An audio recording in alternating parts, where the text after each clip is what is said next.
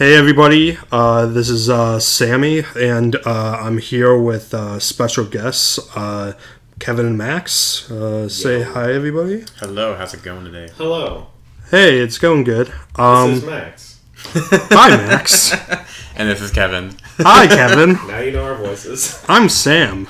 Whoa. But for anybody who doesn't know, this channel is called 4 Years Back, and basically it takes a look at media that hasn't really that's come out like 4 years or later. So like anything like 2020 and earlier, that's what we cover. Basically kind of combats like FOMO culture and like the fact that like you are trying to find like that, trying to like keep up with the hot new thing. And like I honestly, like, as I got an older, I think that's kind of like stupid. Like you should be able to just consume media without the fear of like getting like spoilers on like something that came out like 4 months ago or whatever.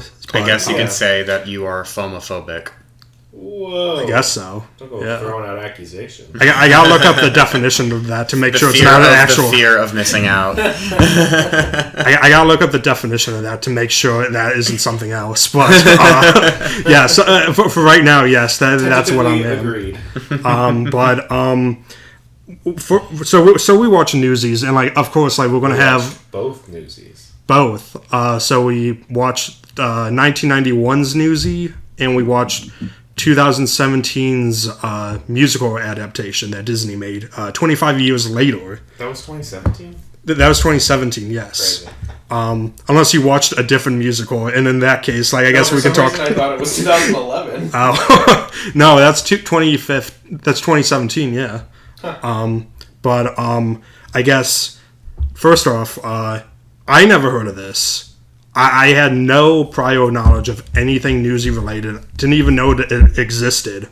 And at the beginning, I was like, I was hanging out with you guys, and I was like asking you guys, like, yeah, what's something you guys want to talk about?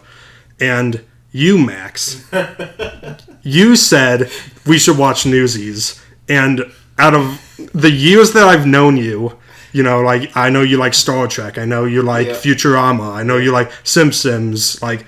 You brought up Newsies. You like Les Miserables, and you were like, no, this is what I want to do. I was trying to think of something that you had never seen. Okay. Yeah, that was my goal, which sounds like I succeeded. Okay.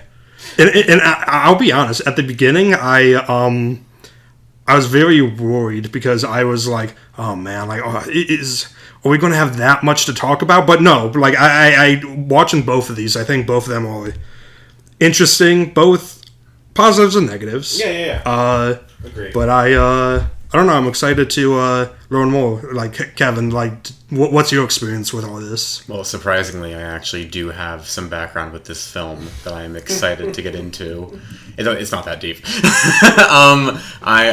when I was in middle school, I was in choir, which was a lovely waste of time. And I was, my teacher had us watch Newsies. I think this was like 8th grade or something. And so many of the songs were just things that we would offhandedly just sing, like randomly, like me and like some of my friends back then. And so when I was actually watching these again, hearing like the main like riffs of everything and the main like choruses of it, all the songs kind of brought me back a little bit. And not gonna lie, I kind of blocked out all of middle school, so that was interesting. And so this was one of those things where like a lot of my friends back then were too cool for everything that we were always doing in school. So like I kind of like didn't remember anything about this movie. I just remembered that I guess we all hated it, even though I don't think any of us actually did. You know what I mean? So are you talking about the 92 movie? Or the 92, yeah. Okay. Yeah, because I'm pretty sure that 2017 was several years after I finished middle school. I would hope. Pretty sure. But yeah, as condescending as that sounded, I was trying to make a joke there. But yeah, I had some familiarity with it, and for some reason it just feels like the kind of thing that Max would like. So when Max like mentioned it, I'm like, of course you know what this is. I've only seen it that one time. And I was pleasantly surprised to actually watch it again because I didn't think it would be that deep. Well, yeah, we're gonna dive into both of these, but like, what is everybody's general thoughts on this? Like, when was the last time you watched this, Max? So, 92 and 2017. So I listened to the Broadway version, the Jeremy Jordan version, all the time.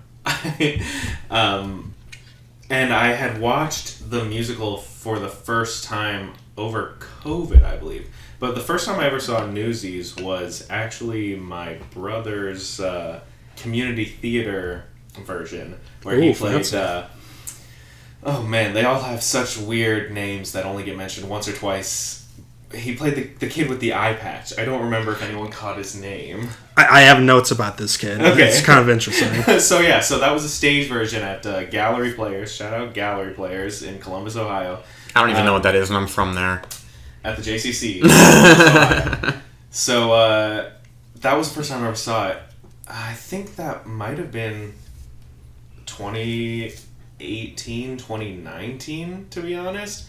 And I don't know, it hit me. The music is so catchy. Every single song in this show is an earworm. They're bangers. I actually forgot how much of bangers they were. Right, you can't get them out of your head. So I saw his production of that, and I started listening to the Broadway music, and I had no idea it was on Disney+. The Pro Shot was on Disney+, until we went on Disney+ to watch the movie. Must have been 2019-ish, and I was like, oh my god, they have the Pro Shot here too. So I saw them kind of back to back for the first time. I gotcha. I mean, like, it's interesting because I liked musicals growing up, but I didn't like, like none of them really like stuck with me. Like, I mean, like, listen, like, I mean, like, love Grease, love Willy Wonka. Willy Wonka is one of my favorite movies ever. Best song, Cheer Up Charlie, the best song of any movie musical. If Talk about nostalgia from an era that you blocked out. Or like the song where like Grandpa is like singing how he has the golden ticket and is like walking around all of a sudden. Les Miserables, I only saw the movie, but I liked it. I love Les Mis with all my heart. Hey man, one of these days, man, maybe I'll have you back on. Hey. Book of Mormon, Lion King, the Broadway, and I guess generally the Disney animated movies, like you would classify those as musicals. Which, by the way, also Menken usually, who also did the music for the movie of Newsies. Oh yeah, yeah, Alan Menken. So I have like notes on this, but like the music aspect is one that I like. I'm not familiar with, but I didn't take that many notes on it, but like I'll lean on you for that this discussion. I think Kevin and I have a similar amount of knowledge on that. Yeah. Oh, both of you. Yeah. I would argue he has more, but we can see where we even things out. Okay. So I figure like we would go like each movie like one by one, but like obviously there's going to be crossovers where it's like you kind of have to compare one aspect to the other. Right. But I kind of want to start off with the 92 movie. Yeah. Also, I'm sorry, did you guys want to plug in anything? Like, did you guys have plugs at the top, huh? Plugs at the top of the show. I guess so. Yeah. I mean, plugs here, plugs at the like ending, Yeah. If you want, I don't know. If you don't, that's fine. Yeah, check out niceworkpalshop.etsy.com. It's really cool. I'll make sure to put it in the description. And if you want to put up with my lovely voice any longer, I have a podcast of my own covering video games and various media similar, not too dissimilar from Sammy's podcast called Jubilife Terminal. We just uploaded a 4-hour Doctor Who episode, so if that's your thing. And by the time you guys hear this, you should be able to listen to me and Kevin's DS conversation, which should be about as long as that. Yeah, it might be as long, but it's a good thing, I promise. It's not. This isn't going to be that long, but general. I guess like. Yeah, let's just start with the 92 movie. So a little background. The director was Kenny Ortega. Famous for High School Musical 1, 2, and 3. Well, so this is like his first theatrical like director like debut. Like he directed a couple things like that I was looking at like in terms of like TV and stuff, and he was like a choreographer for. I want to say Dirty Dancing or something. Dirty Dancing? I think he did Dirty Dancing. No idea. I thought he directed it, but you might be right. But like, yeah, he would later direct Hocus Pocus. Yep. Oh, really? High School Musical trilogy, Michael Jackson's This Is It, and the Descendants movies, which I've never seen those. I don't know anything about them, but I like looked up a picture for this. And they look like AI-generated Disney live-action adaptations of like anime. It feels like with how these characters are like dressed, it's like absurd. It feels like a very post-capitalist version of Disney's own properties, and I just cannot get behind it. But apparently, it has a fan base that's like on par with what High School Musical was to like our generation. I mean, everything has a fan base, though. Fans. But we're not. Here I'm sure they're decent. Yeah, I mean, it was after our time. Exactly. I mean. I'll shit on things that I've seen. I can't shit on things that I haven't seen. Well said. That is true. There might be a couple poops that I lay on this, but like we'll see. We'll see. It has its charm, but the '92 movie actually bombed in theaters. It had a $15 million budget, not taking into account like marketing, and it's the box office was. From the estimates I saw, was 2.6 to 2.8 million. And to top it off, like this, like obviously this came out earlier in the year, but like for Disney, like I feel like this was even like a bigger like thing to look at because the same year Aladdin came out, and The Mighty Ducks, and both of those were huge. Both of those were giant money makers and ended up getting a bunch of sequels and adaptations. So much that there's even the Anaheim Ducks of Anaheim, Mighty Ducks of Anaheim, that actually became an actual hockey team. But it's I browsed through the critics and what they were saying, and I kind of agree on certain aspects, like why it didn't like stick out. And I think there's some of those like wrinkles in there. Yeah, I mean, and as far as like Menken's music goes, this is definitely like C+ work for him. I mean, the songs are all catchy, but like compare like Santa Fe to like Part of Your World. I have things to say about that musical number Santa Fe. From the movie or from the... From the movie. Okay, I think it's a lovely song, though. It's one of the best songs. Kills it in the play. I think like that song is so good, both the song and the reprise when Jeremy Jordan sings it. But when Christian Bale like sits up against that wall and is like trying to sing Santa Fe, it's kind of hard to watch. It felt like he didn't want to be there. Yeah. It felt like it didn't have any power to it. It had no gravitas. And they did spring the whole movie musical song and dance thing on him. We'll talk about that dance very shortly. His own dance. We'll talk about that because that's something else. Wait, he was dancing in that scene? No. Hold on, wait. Let's back up a bit, gentlemen. Yeah. So the movie, it's weird because I feel like with a $15 million budget, and it's not like a crazy budget, but I feel like there was times where it felt like cheap, counting like inflation, like Grease was less expensive than this, but like Grease, like I felt like kind of like knew its limitations and was able to like get like a bunch of like different sceneries in there. I was gonna say that main square that they keep coming back to. Yes, it almost like looks like it's like filmed at Disneyland. And it's weird because it's like, it's not only that they reuse that same set, which I like have here, but it's like they have similar camera vantage points as well. You know, I didn't notice that when I watched it, but now that you mention it, the framing was identical in a lot of the shots. It looks like they filmed everything in one day. Exactly. Like, it's like really weird. Which I guess makes sense because you have all those kids and like it's going to be hard for them. It's hard to rent. It would have been ironic if they didn't follow those labor laws. Right. So, considering the movie's about that. I mean, it was a huge scale project for something like this with the singing and dance. I mean, imagine like Harry Potter, you hear horror stories about working with those kids in Harry Potter, but they also have to sing and dance, choreographed. No, and I mean, like Kristen Bale is like the only main actor in here that I think anybody can recognize. Yeah. Davey is the kid from. Yeah, he's from Big. He's the younger version of Tom Hanks in Big. Yeah. But do you know who the Eye Patch Kid is?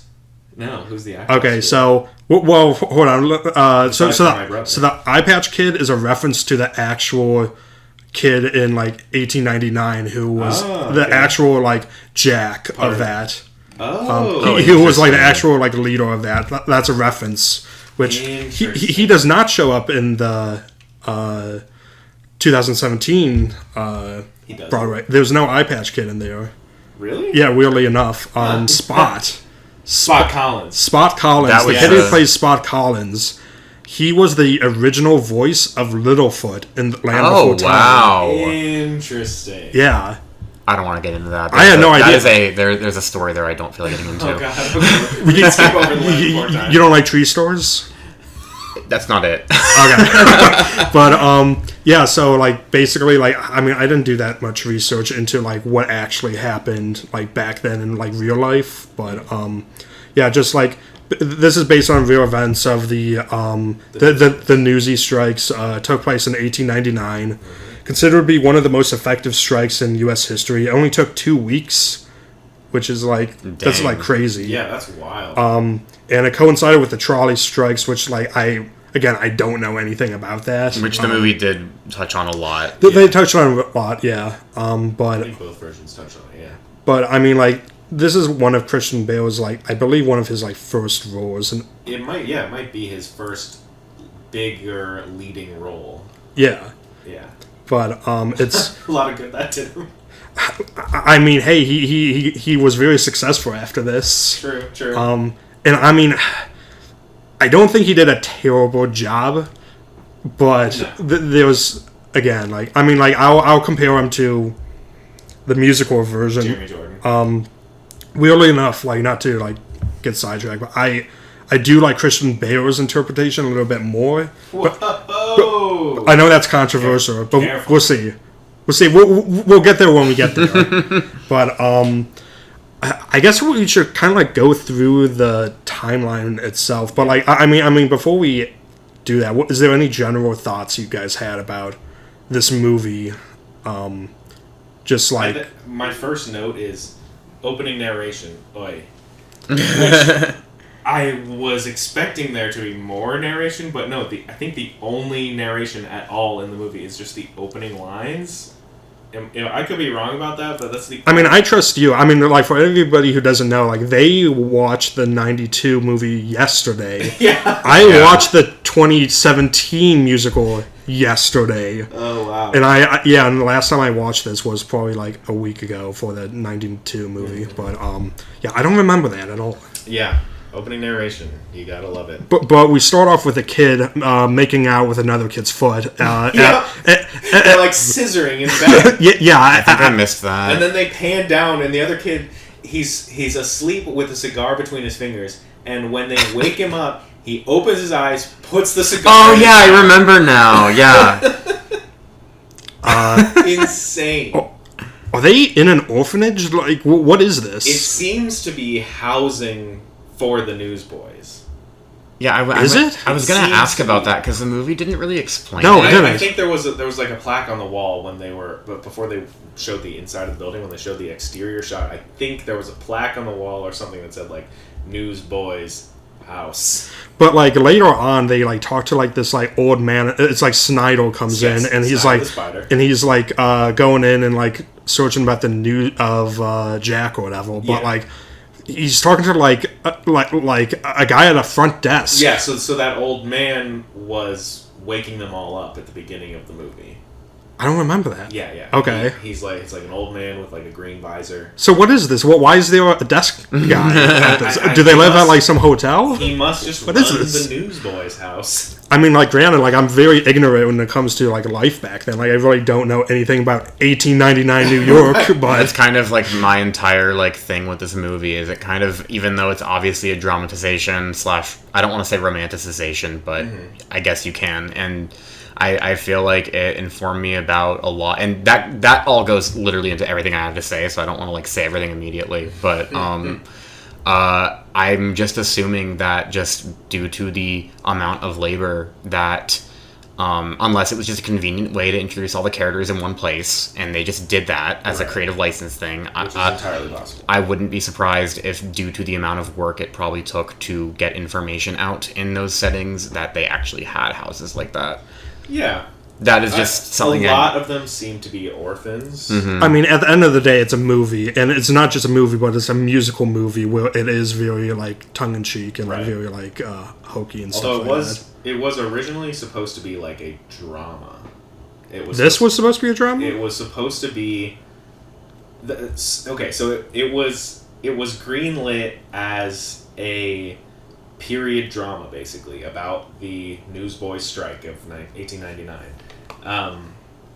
But Disney kind of realized that all of their hits were musicals, so they basically called up Alan Menken and they were like, we got to make this into a musical. And so on set, basically, they told Christian Bale, hey, this is a musical now.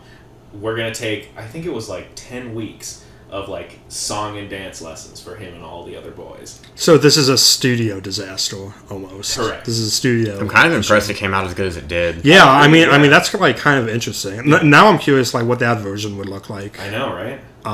But, like, this is also, like, the era where it's, like, you have modern cars, but you still have horse hay all over the city. It's, like, that, like, clashing of, like, technology that, like... Did they have cars in the movie?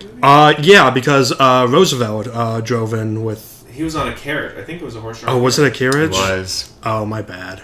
Sorry, guys. But I do think... I'm a fake fan. I'm a fake Newsies fan. But I'm sure there were some Model Ts just somewhere, or whatever the precursor was. People were making, like, homemade cars, basically, back then. DIY cars. Basically, yeah. But in comical fashion, we get introduced to Mr. Burns, who basically tells his lackeys, I need to make more money, find out a solution by the end of the day. Yes. And one of them is like, oh, I don't know, sir. Are you sure, sir? And the other one's like, oh, I'm going to be awfully hard on those kids. I forgot about how cartoonish that character was. Yeah. But like, so this guy's name is Pulitzer, who is actually named after the Pulitzer Prize. I think it's the other way around, actually. Sorry, my bad. My bad. Yes, I misspoke. Yes, the Pulitzer Prize is named after him.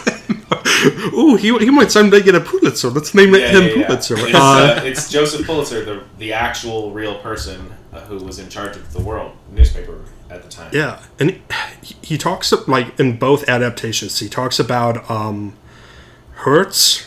Yeah. He never shows up, ever. In the movie, they show him for 1 second while they're, like, playing poker with the mayor to basically, like, really blackmail the mayor or extort. But, like, not only does Hearst get mentioned by him multiple times, but the Newsies, the newspaper boys... Pulitzer and Hearst, they think they're not we're not But he's, like, not in it. So, yeah, it's because... They both probably fulfill the same exact role to the story. So I know, but why even include him? So Pulitzer was the one... Why include him? Because he's a huge part of the actual story. And he was the other guy who literally... decided how everyone thought. A historical standpoint, I get that, but from a movie standpoint, like, either have him included or don't even mention him at all. I disagree, just because, like, if this is trying to be, regardless of what licenses they're taking with creative, like, you know, liberties and everything, I feel like it just came down to, these would have been probably the same character anyway, and it's not comedic enough for them to be, like, this weird comedy duo of just bad guys that are, like, conniving. So it's more of, like, here's a more immediate one that they could probably deal with. We don't need to hire another person to also be a big bad, to have them clash. Probably was just for the sake of simplicity, honestly. They needed to, that plus the fact that they needed to show the scale of the situation by showing all of the newspapers, especially the ones ran by Hearst and Pulitzer, because those are the two major players. And I'm sure that Hearst also felt a similar sense of what was going on, so why show the same thing twice? And I think, Citizen Kane already did a whole movie about Hearst, so they went with Pulitzer for this one. Yes. Hey, Disney is afraid to step over the tracks of Citizen Kane. Hey, I would be too. But I mean, the basic premise of this movie is basically like Pulitzer basically is taking like is raising the prices of newspapers for Newsies by like 10 cents, and that basically and just like as a general summary for anybody who hasn't like seen it and doesn't mind spoilers, like basically the Newsies like rise up, they form a union, and they basically like get what they want. Basically, we're a union just by saying so. So we have like Jack, who's played by Kristen Bale, and he basically meets up with some other kid named like Davy with his little brother. Yeah, Davy and Les show up, and he basically is trying to use Les because he's a little kid, and it makes it easier to sell papes. I didn't know how to react to the word papes being used. It's used a lot. It's weird. Love it. I'm curious if that's historically accurate, because if it is, it's kind of hilarious and cute, but I also will never say that with a straight face in my life. I say it all the time. Most of the time I refer to a newspaper, I call it a pape. When was the last time any of you guys have touched a newspaper? It's been decades. At my parents' house. It's literally been decades. Yeah. Maybe to like wrap something up, I guess, in an art class. I don't know. Yeah, like with like glue or whatever, like in like arts and crafts. Yeah. And I'm literally only 2 decades Paper old, mache. so and then half a one. So it's been a while. I think my dad still gets the New York Times. Good for him. Print. Good for him, man. That's pretty dope. The pape, if I may. Yeah. I like that. Yeah. But basically, Snyder sees Jack with the two brothers, and they... Snyder, just really quick, Snyder the Spider, who is he's the warden, of the children's prison, the boys' refuge. Prison, that they call the refuge, but they literally say it's the boys' prison. Which I don't know if that's like an actual thing. Why do they need that? Because, well, I mean, think about like how little boys were probably acting back then. Yeah, I know, but the like parentless ones. Yeah, I know, but unfortunately, it's kind of not their fault. Oh no. I know that's the problem. I know it's literally the problem. How boys would have acted back then with no parents, and then think about how the adults around them would have responded to those actions. Yeah, they don't. That's how you get a kid's jail. Yeah, but he like basically chases them on a rooftop, and then they hide behind a ledge, and Snyder doesn't even try. He just walks away. It reminded me a lot of Uncharted 4. It almost reminded me of a lazier version of Lord of the Rings when that like spirit or whatever was going over that like tree trunk or whatever. I wish I knew. Like it's like a Frodo and like everybody's like huddled around in this dark forest. Oh, the ring wraith. Yeah, when the wraiths are chasing them in the first. It looks like a lazier version. Oh no, dude! It looked like a scene. It looked like a scene from like classic Doctor Who. Like they were literally hiding behind. They literally were like it was like a cover shooter. They were just right behind them. Yeah. Just like how could he could look down and see that there's a ledge there. And then he says a line that is just vague enough to be like, oh, he like what did he say? He like said Jack's real name or something. Francis, I'll find you, Francis. Or I think he just said Sullivan. Sullivan. His first name is Francis. Yeah, and then it's like, ooh, that's cryptic. But it's interesting because before this happened, they passed by this boxing match, which it's like they were tussling. One, there's like no blood because of course, like why would you have blood in a boxing match? 58 rounds. He said round 58. Okay, I never knew this, so I was like, what the fuck? 58 rounds? I googled this. I was like, this can't be right. No. Back then, rounds would go like pretty much up to like 70 rounds in boxing. That's fucking absurd. Bring back real men. Doesn't make any sense. They also like their outfits. The boxers' outfits were so funny. It's just bring back real men. The ideal man is one that would spend like 5 hours just punching one another. Right.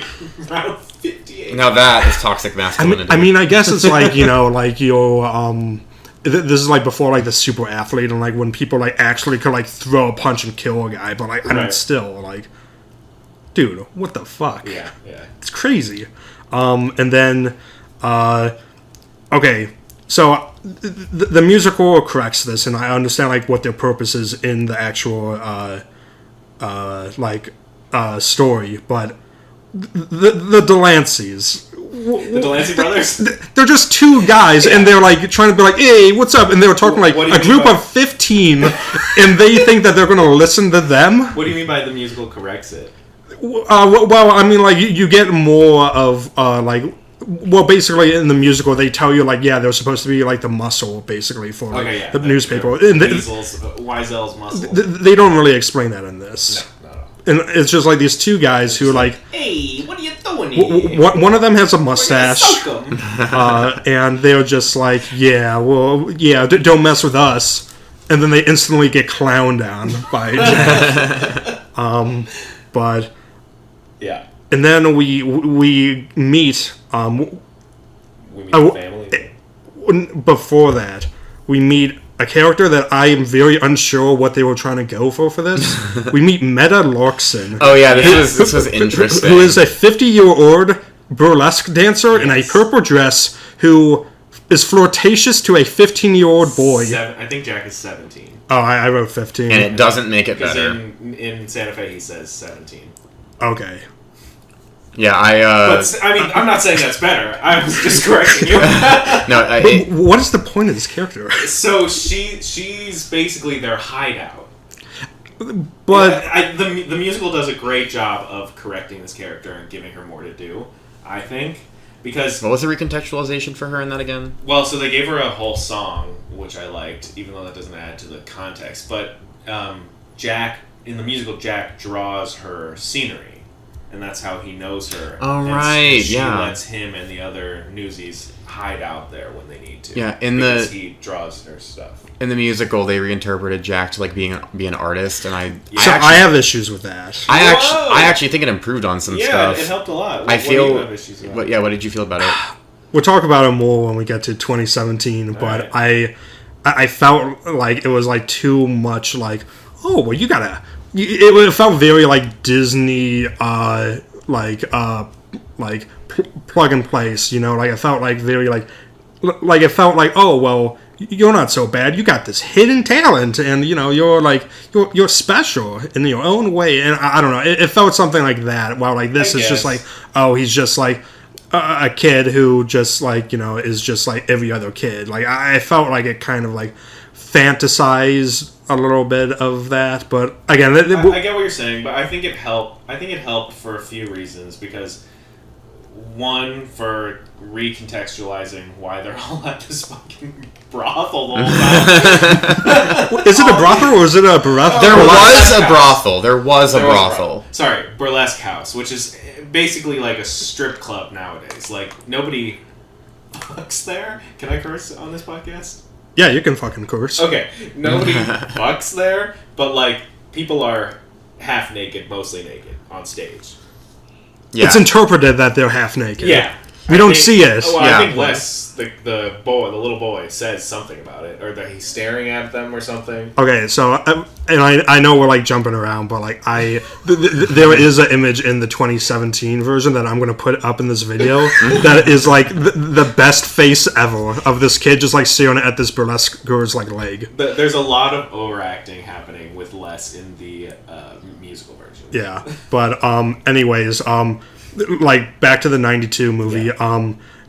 During that scene, there was, I don't know if any of you guys caught this, but there was a bizarre like sailor ventriloquist dog. Just I did see that. Of this. I don't think I noticed that. You didn't notice that? I feel like I pointed it out. I was probably taking notes. It felt like something that like that like it would come up, but I don't know. Wait, you don't have any friends that just bring their ventriloquist dolls over with them? It was weird. It was a weird bizarre. It was a weird choice to have that like in the frame. Weird. But literally, yeah, we go back to the two boys' house, and we meet the parents and love interest Sarah. What a wonderful character who I forgot her name until just now. Who Jack hits on 2 seconds into meeting her in front of her parents. It is aged horrendous. Like, ooh. It is aged horrendously. Yeah. It is aged absolutely horrendously. Yeah. But like during this entire day, the little brother's name is Les, right? Les, yeah. He is so sleepy the entire day. Yes. I don't know, not just this scene, but like previously, he's like, "Oh, I'm so tired." It never explained upon. I don't think they explain it at all. For me, I'm like, this actor is just like, he's playing it low and slow. I don't know. Oh, maybe he was actually tired that day. They're like, "Let's use this." On the 2 days they were filming this movie. This is like take 12. This is like take 12, and like it's like a 12-hour shoot or whatever. Right. You know, like, yeah. It's possible. But I don't know. Basically after this, I think it's directly, unless something else came up after this, I can't remember. But like we get Santa Fe number. Wait, we're not going to talk about how his dad. Yeah, that's kind of big. His dad has been laid off for being injured, and he's laid off because he doesn't have a union, and this whole movie is about starting a union so that stuff like that doesn't happen. Oh yeah, I guess so. That's kind of the point of the movie. Yeah, we can talk about that. I don't know. I thought that was really. It was a good little backstory that they added. Yeah, what did he work at the mill or something? He worked at the factory. Okay. I see. Yeah, that's where all of the problems happened with that stuff back then. Exactly. With the way, like, just like these stories back then, like kind of like where it's like you have like late 1800s or like early 1900s. It's like, yeah, like 90% of everybody works at a factory. Yeah. Well, also just He works like at the factory. I think that like this is. I mean, this might. I don't want to lean too much too quick again, but like this is such a big part of the movie. I think because it really introduces what the movie is really about. Right. Because this not only inspires like the leads about even the concept of hey, we deserve better than this, but also it kind of just shows like children should not have this much weight on their shoulders to provide for anyone. They should like it. This like. There are literal, like, I think that they told Les to say that he was 7, but he was really 10. Yeah. But regardless... So say you're 7, it sells more tapes. Yeah, but regardless, like, there were probably 7-year-olds who were selling them. And, and because of the situation, like, their father could not do anything to provide for their family because of something that happened on the job that probably was not his fault. And, that entire... He could have been having sex with one of the machines. We really don't know. It's entirely possible. It's possible, but it's just like the whole point that drives home is like it makes Jack realize like, yeah, this is stupid. This is worth being mad about, and this shouldn't fall on us. We need to be treated fairer than this. And so it gives... Because I think it was Davy's idea to start a union in the first place, or That's Jack, true, yeah. Jack is like, we can't strike. We don't have a union. Or no, Jack is like, let's strike. Davy's like, you can't strike. You don't have a union. And Jack is like, okay, we'll be a union. So it's like it gives a little context to why Davy even knows about this kind of stuff. It's like, yeah. Plus, it juxtaposes the two leads too. Right. Plus, the dad was like, once I'm healed, they'll hire me back. I promise, they'll hire me back, and then you'll go back to school. So it shows that like Davy actually has a little bit of an education, which is why he's the brains of the operation. Yeah, and you get a little bit of jealousy on Jack's like point for that, right? But they don't elaborate on it, which like I like appreciate, but like you know why, right? He talks about it in some of the original lyrics to Santa Fe, which are terrible. Speaking of Santa Fe, yeah. What was this? A snooze fest. Yeah, I can't believe, as someone who forgot about everything about the movie. I listen to the music all the time, and Santa Fe is one of my favorites. It's a good song, yes. From the musical. The movie's version, after coming off of the musical version, it was boring. It's such a bummer. It has no life to it at all. Christian Bale doesn't put anything into it. This is, and I'm not going to say it's the equivalent to, because it just flat out is the I Want song of this, the Disney I Want song. Exactly. And it just, Megan has written so many of them that this one just sucks. And it's proven that it can be good, but not from the original version. Right. And I think that, like, I did not feel like I understood the main character's pain as much, or like his. I get that he just wanted to leave, but it just felt like he was like, I'm bored, I'm tired. Right. Whereas in the They other have a family, one, I don't. yeah, that too. That's a big part of it. Like the opening line is like, so that's a family. Like the So musical. That's what they call a family. Yeah, the musical the recording of the musical version was like it was you felt it. It had emotion. They make it the opening number. Yeah. The show opens on Santa Fe in the stage version, and it's so much more. It's just Jack and Crutchy, and I feel like it's so much more impactful that way. Also, I need to let this out right now. I did not like Crutchy. In the 92 version? I did not. I really like the kid that played him, actually, but it was... I like the kid and his performance, but... No, I like that, I but didn't the love character of Crutchy was just obnoxious. Yeah, I think they do it much better in the stage version, because they just kind of downplay Did it a you little cheer when he got kidnapped?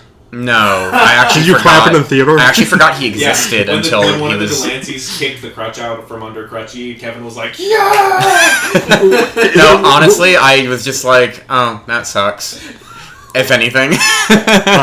But going back to that Santa Fe number, well, one, if nobody has seen this movie before, Jack, the main character, he's sick of New York and he wants to go to Santa Fe for she has never some been to. reason. They don't say if he's ever been there or not. I'm not sure how we're supposed to take it. The 2017 movie says that he's never been there. It does? The 2017 musical, yeah. Okay, interesting. And I think the movie just kind of implied that, like, maybe... I think it was a hearsay thing in both of them. But he does paint it in the musical version. He paints. Yeah, but he's probably, like, Okay. maybe he's Maybe seen seen pictures. I mean, they probably weren't in color, but... Well, what's the character that they created in that? Like, basically said that why are you painting something that you've never been to? Aha. But it's, I mean, I get it if you're in like New York and like you're like, oh, you just want like a low like life or whatever, like you want big life. Yeah, you In a don't small town. you don't want to be in like a big city or whatever. Yeah, But Santa Fe. Yeah. What? I think it's just the idea of like sprawling land and being kind of. I think he feels confined in the city is so dense to him that he wants to be out in the open in New Mexico. Yeah. I honestly forgot what state Santa Fe was in when we were watching it. Oh, it's in New Mexico. No, I know. It was funny. Like, we went between... We both did, actually. We did. Yeah, you didn't you say Arizona? I don't think so. Someone Santa Fe said... is the capital of New Mexico. Oh my god, wait. Am I, like, misremembering this? Okay. I don't know. Trying to pass the blame off onto somebody else. My bad. No, it's okay. Oh my god, yeah, I thought that Santa Fe was in, like, California or something. It was very... I was all over the place with it. I was like, why does he... And I was like, close. oh, he's an artist. He wants to go... Oh, he wants to go to New Mexico? Okay. Yeah. But like again, this, I mean, like the dance sequence. Yes. Oh boy. Is also very bizarre. Like I was so watching weird. it and I was like, what? It's like a little kickboxing ballet, and then he steals a horse. I cringed. And like, when you said that they like kind of like went back and like turned this into a musical, like I feel like that might have been like a component of that. Yes.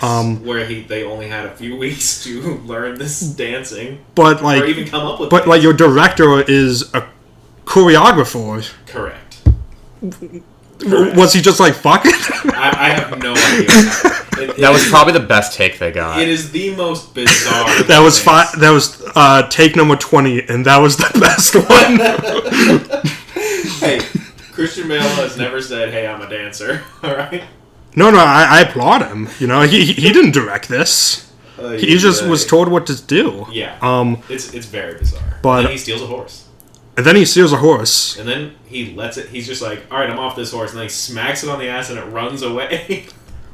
Yeah. Well, okay. So let me talk about this, and just like kind of like as a side thing. Like, do you like it when like musicals like have music that doesn't progress the story?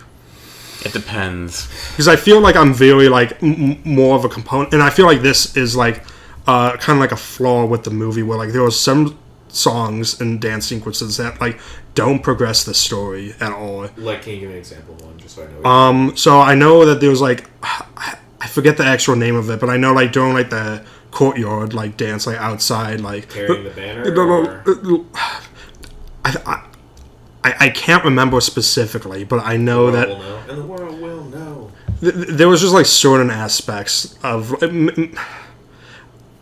I'll be honest, some of these songs kind of blended in together. I think it was just because like the tempo is like kind of the same in a couple of them. In the movie, the songs are just so not good. There's so much talking in between all of the singing in each song that like breaks up the pacing of the songs, and a lot of them. Well, also, they're all filmed in the exact same spot. That is the other thing. Exactly. Oh yeah, that's visually it's like meshes together. It made me like remember all of them on top of each other. Exactly. But I mean. But yeah, I hear you with that.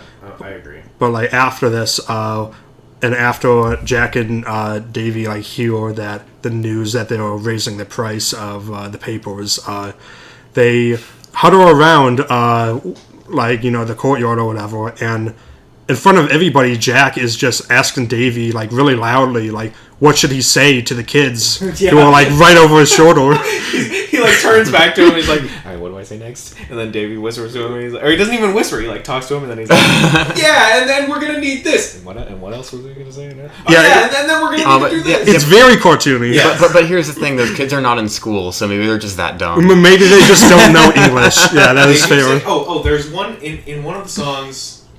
They say, try any banker, bum, or barber. They almost all knows how to read. Why would the bums, almost all of the bums, know how to read in New York City in 1899? Well, they can read the graffiti. I don't know. I don't know if they had graffiti back then. Every time they change it to the music. I mean, I don't know the backstory of every bum that exists, but I'd like to think maybe at least some of them can, I guess. But almost all of them? I don't know. That's so granular. I'm not actually making an argument. But after this, they decide to rally up all the other Newsies, and yes. Brooklyn is the one that nobody wants to go to. And I don't know New York geography, but I don't know anything about Brooklyn. I think Brooklyn is just. I feel like any New Yorker that knows me is either going to be indifferent to me saying this, or they're going to come after me for saying this. I think they were just trying to like get across this idea that like Brooklyn was just the harder place to be at back then, and just had that reputation. I don't know if that's true. I don't know if that's still true. I doubt it, but it's weird because like they go there and you get like a little like shot of them walking on the bridge, and they just go to a dock and. Spot seems pretty nice. Yeah, it was more about getting the courage to go rather than actually going and but they don't even like show you like how bad it is over there. It's just like they go to the dock. Do anything? He doesn't like knock them over or like punch him in the gut or anything. I love how this literal 11-year-old has just all this fear surrounding him or whatever. But he doesn't do anything. He was a literal cartoon character. He's just like, oh, you need help? I don't know. All right. And after that, there's a clash between the Newsies and the police. Yes. And that's when children. That's when Kevin's favorite character gets kidnapped. Yep. They all get soaked, whatever that means. And Spot says a line that I don't think anybody has said in their entire life. Which is? Never fear, Brooklyn is here. Which... I don't know. Like I feel like like Brooklyn doesn't do anything to save anybody. But it's a catchphrase that stuck with me. I feel like that could be a never mind. But in the beginning, I forget if this was during the confrontation at the docks, but I remember Spot saying he doesn't want any pictures taken of him. What was the deal with that? And then Jack says that. I think they just said no pictures, period. Jack says no. They're in the restaurant, which the restaurant is much better when the stereotypical the Orthodox Jew from the musical. I think it's called like Jacoby's Deli or whatever. That was a huge improvement in the musical version. They're sitting at the table and the reporter. God, what's the reporter's name? Wait, I have it in my notes. Hold on, give me 1 second. The reporter is trying. Denton. Denton is trying to convince them to let him write the story or whatever. And Jack's like, all right, whatever, but no pictures. And then later they take pictures. He takes like 10 pictures in the movie, and Jack is smiling in all of them. Yeah, that was one thing where I'm like, did I miss something? Did something? No. Because it benefited them in that moment to take photos. Yes, but he was trying to document it so that they could... But I don't, in the context of that scene, I think something just got lost in the editing room there. Yeah, I think they forgot that they had that line. But like Jack later on is like on like a romantic rooftop with Sarah. Yes. Much like High School Musical 1. And Jack, as he's waiting for her, is using a hanging tie as a punching bag, which I don't know why that kind of stuck out with me. Pantyhose. He's using the legs of the pantyhose. I thought he was punching a tie. I'm pretty sure it was pantyhose. Okay, I'll go back and I'll put it on and see. I thought the same thing. Like, why is he punching like clothes? And again, like going back to Santa Fe, he states everything's bigger in Santa Fe. I've never heard anyone say that ever anywhere. Not realizing he's in New York City. That's one thing I want to there's just one thing I want to get out of the way really quick. It's just so obvious with that. Like, I understand that America was a literally different place back then, but like, New York has a lot more excitement comparatively, I feel like, than most places in the country. Well, is he tired of the noise? I think he's tired of the noise. I think he's tired of people telling him what to do. Like, the musical elaborated a little bit more on it, but the 92 movie just is like, yeah, I want to go to Santa Fe. Right. And like, I mean, he's referred to as like Cowboy, which they all call him Cowboy, which I think was his nickname at the refuge. Yeah, and he has like a little like ascot or whatever he wears all the time. He wears an ascot. He's basically dressed like a cowboy. He's basically the opening shots. It looks like we're about to watch a Western. And then Santa Fe actually had some shots that imitated that. That's why the horse is even there. Oh, true. He did steal a They horse. were leaning into that. Classic cowboy move. And then the movie just kind of like never did that again. Yeah. It was fun for that though, I think, for his character. But when like characters spit in their hands and like handshake, is that practically kissing someone? I think it's just a sign of respect from like the hood. It's only kissing if you then kiss your hand after the handshake. Is it kissing if you are like under the table masturbating at the same time while you're like shaking this man's hand? No, that's just sex. Okay. is masturbating just sex? It's some sort of, masturbating is sex with yourself. Meta. Yes. The 50-year-old burlesque dancer that we all know ends up arousing a crowd of children. That was something that happened. Was that was a rally though? That was at the rally, yeah, but like. But she comes in and sings her burlesque. She does her burlesque act. She does her burlesque act. But without removing anything? Well, she doesn't remove anything, but her skirt in the front is very high up. Yeah. Like, back then, like, because Les was like, I see her legs, I see her ankles, or whatever, oh my god, at the beginning. And so she's over there with, like, basically short shorts with a skirt around the back. And I feel like this actress, like, the part was made for a younger role. Unless that's kind of what they were going for. Because I think the people who ran the houses like that back then tended to be older. And so, like, I don't know, I'm speaking out of my ass right now, it sounds like. But, like, when you get older and you can't use your parts the same way, you become the business owner. Okay. Yeah. But I mean, like, in terms of, like, the kids, like, being horned up for this 50-year-old, like, I feel like it would maybe, like, a 30-year-old, like, okay, like they fine, could but... see, like, porn and stuff all the time back then. They take what they can get. This is fine. Also, like, I mean, I'm not defending any of this conceptually. It's more of just, like, you know, I hate the boys will be boys adage because I think it's stupid, but... I guarantee that kind of behavior was definitely going on back then, and with how off the leash a lot of these boys probably were at their age and just not knowing any better. Exactly. And like during this raid, we get a weird slow-mo shot of a police officer punching Jack into a crowd. Yes. The only slow-mo shot. It's the only slow-mo. Yeah. Yeah.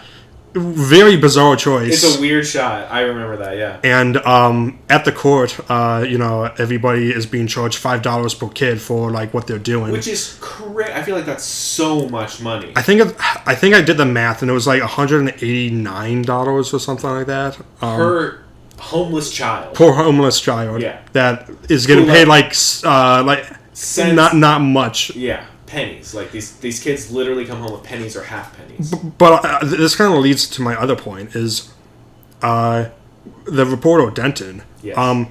How rich Right. is a reporter back then? Because he pays for all their food. Oh, yeah. And he covers for every kid. Yeah. How many kids do you think there were? 20? 25? In the shot of the theater, which let's just say like not all of them got captured, but in that shot, let's say it was like 80 kids or whatever. But like let's say like 2/3 of them like escaped or whatever, and like only a third of them got caught. That still is like 20, 30 kids or whatever. Right there. I mean, he just... I don't know what other kind of thing... I don't know if we're supposed to think that hard about it. No, I am, because... He's an adult, so he pays. Yeah. I think about it because, he's the only adult that these kids ever talk to. Yeah, well, besides Pulitzer. Well, and like... Snyder the Spider. But, like, he's, like, the only one who actually cares for them, I should say. Yes. And he, pays for all their food, covers their bills, and... I don't know. Like, that's... that was something that stuck out to me. I mean, he's definitely making more money than them. Well... yeah, but he also is he's a columnist for a very, very successful newspaper at the time. But even, like, now, like, a reporter, like if a reporter, like, posts bail for, like, 30 people or whatever, how are you paying rent? How are you paying rent? That's true. But funny enough, I actually do like Denton, but I think he's used very inappropriately. I don't know. He's used inappropriately in the movie? Yeah. Like he should be like a guy who is just like, like I'll listen to what you say, but he seems to like really be like into like what they're doing. He's not playing like both sides. He was a little inconsistent, I think. I feel like at the Victor, like when he was like, there's nothing I can do, but here's what I wrote. Like, I kind of feel like he just kind of washed his hands with it and was like, LOL, I'm out. I don't want to be part of this anymore, I guess, because someone said boo. Yeah, like, it was a weird... That kind of came out of nowhere, and it wasn't really built up.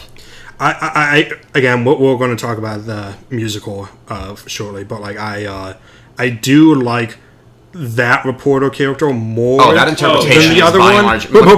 We'll get to that. We'll get that's a whole another can of worms.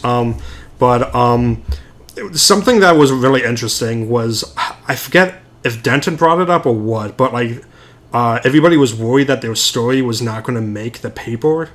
But if you are striking, no one's going to get the paper anyhow. So why does it matter that you're on the front cover? That's a great... Well, there were scabbers, right? Well, the thing is, they had people... They spread the word to all the other Newsies, and people were going to be like, well, why aren't... I'm sure everyone knew someone who maybe knew a Newsie, and then, like, oh, yeah, they're on strike. It probably could have just been as simple as, oh, why didn't we get the paper? Oh, they're on strike, because...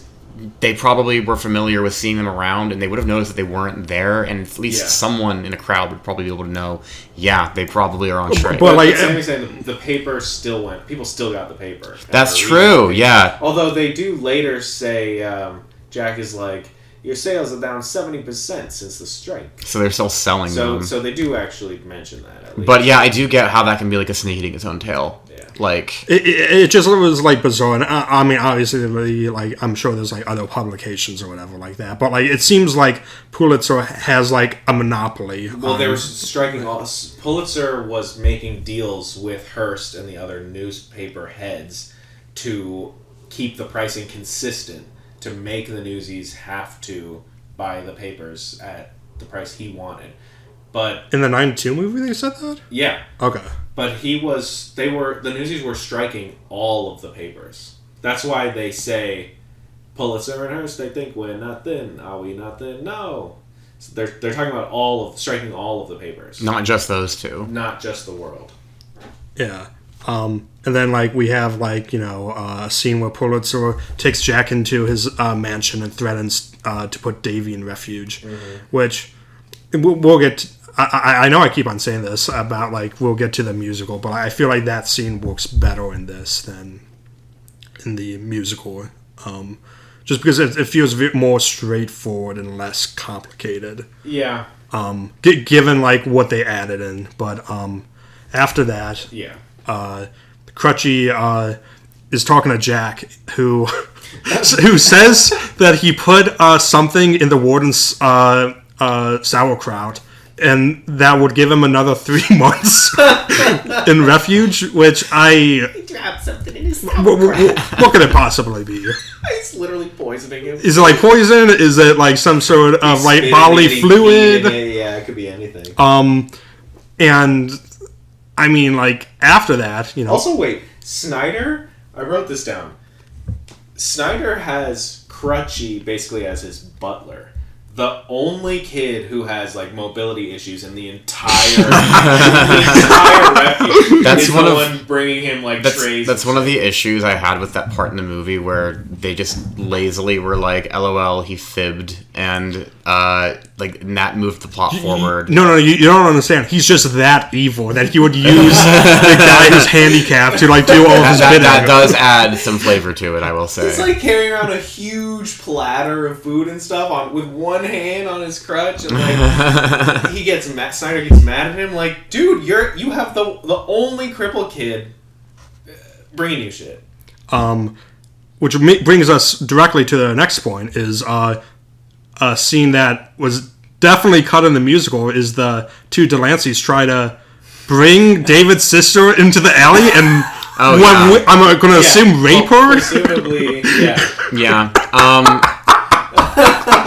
I gotta say, they really also just, like, they made her look so frail. It was hard to watch, even just it was hard to watch just how pathetic they tried to make her look.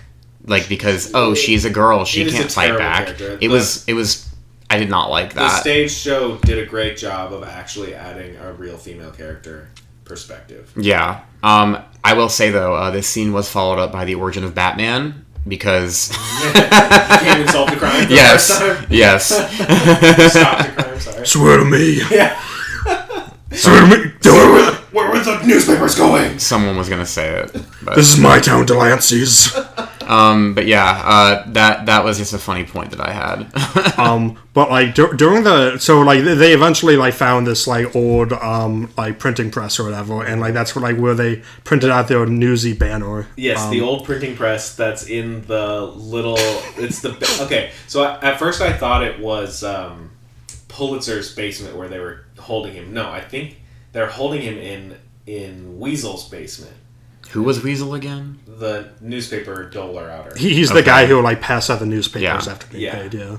So I think they're like in his basement, or the basement of his shop is where they're like holding Jack hostage. But like during the scene, like when they finally made the banner and were passing it out, I made a note. There was a kid who maybe he's like a kid that like works at like a boiler or something like that, who was like crazy jacked. The ripped kid? He's so jacked. Oh my god. I noticed that too. I was like, whoa! They're supposed to be kids, right? I'm assuming, yeah. All of the people they're going to talk to, because they were like, we have to help not just the Newsies, but the slaughterhouse kids and the kids working at the sweatshops. So I'm assuming all of these shots are supposed to be of children. And they have this, like, 6'4", but he is a kid. Ripped guy. He's just ripped, but that does look like a kid. Does he look like then a kid? Again, if I remember correctly. Yeah. I mean, then again, if you're going to be worked that hard, I assume some people will get the best of it. If he's got enough food to eat. And after that, like, you know, like everybody rallies up, and like Pulitzer is meeting with his cronies, and eventually, like, Jack comes in the room, who Pulitzer says to him, anyone who acts in their own self-interest is a fool. Basically not even understanding, like, what's happening. Well, that's when Davey comes out and is like, oh yeah, then what are you? but why would he even like bring that up? Like even if you're like so far gone, like I feel like at that point you have to know that you are the one who is acting your own self-interest. Now, the thing with like the way that they played with Pulitzer's character is that they made him look like a complete loser. Mm-hmm. Like when he like actually like took the mask off and was like he has power, but he's a coward. Like that's how they played it up. I don't know if that's how he was in real life, but I wouldn't be surprised. Yeah. Well, they have footage of him, like berating kids. I'm sure. No, I don't know. But like later, like he hears Whoville singing at the Christmas tree and opens the door. No! And literally goes like apeshit. No, that was... It's like, no! Literally, they won because of optics. I wrote down the line where he goes, listen to me, boy, just shut up and listen to me! It's just like, he, like, literally goes crazy. I mean, like, obviously it's like a musical, like, you gotta be over the top, but, like, it felt very tonally different from, like, every other scene after this. All it took to bring him down was having them open up a window and having everyone just yell at him and having him look like he was sad, and then they won, and then they solved the problem. Yeah, they don't even show them negotiating in this one. No, I know. The musical does it so much better. I know. I mean, like, we end the scene, everybody's celebrating. Snyder gets arrested for some reason. I mean, he's a bad guy, but they don't explain why. They cart him out on the police car in the front. He's sitting in the front seat of the police car next to the guy who's driving it. And then they like stop, they open the door, they let all the kids out, and then they escort Snyder around into the thing. And then Crunchy's like, may I please? And they're just like, sure, kid. And they let Crunchy close the door and lock it. I also want to say a point that I find it very funny that happened immediately after literally every other plot point got wrapped up within the same span of 5 minutes. Yeah, it felt a little... It was very... Yeah, it was like, oh, Pulitzer's in trouble. Let's just let all the kids out of the refuge. That's probably somewhat unrunrelated to this happening. Yeah, like, I mean, there could be a kid that, like, stabbed a guy, but, like, they let him out. No, all the kids are out. But, like, yeah, he randomly just goes to jail. Yeah, like, he's a bad guy. He goes to the kid refuge. Yeah. I mean, I think the musical explains it a little bit more, but like why he's doing that. But yeah, and then we end the scene with Jack being like, yeah, I'm gonna stay here, and then Spot just ends up riding with Roosevelt at the end. Right, well, so Roosevelt comes in, and the Roosevelt stuff was kind of all over the place. It was so weird because he did not say a word.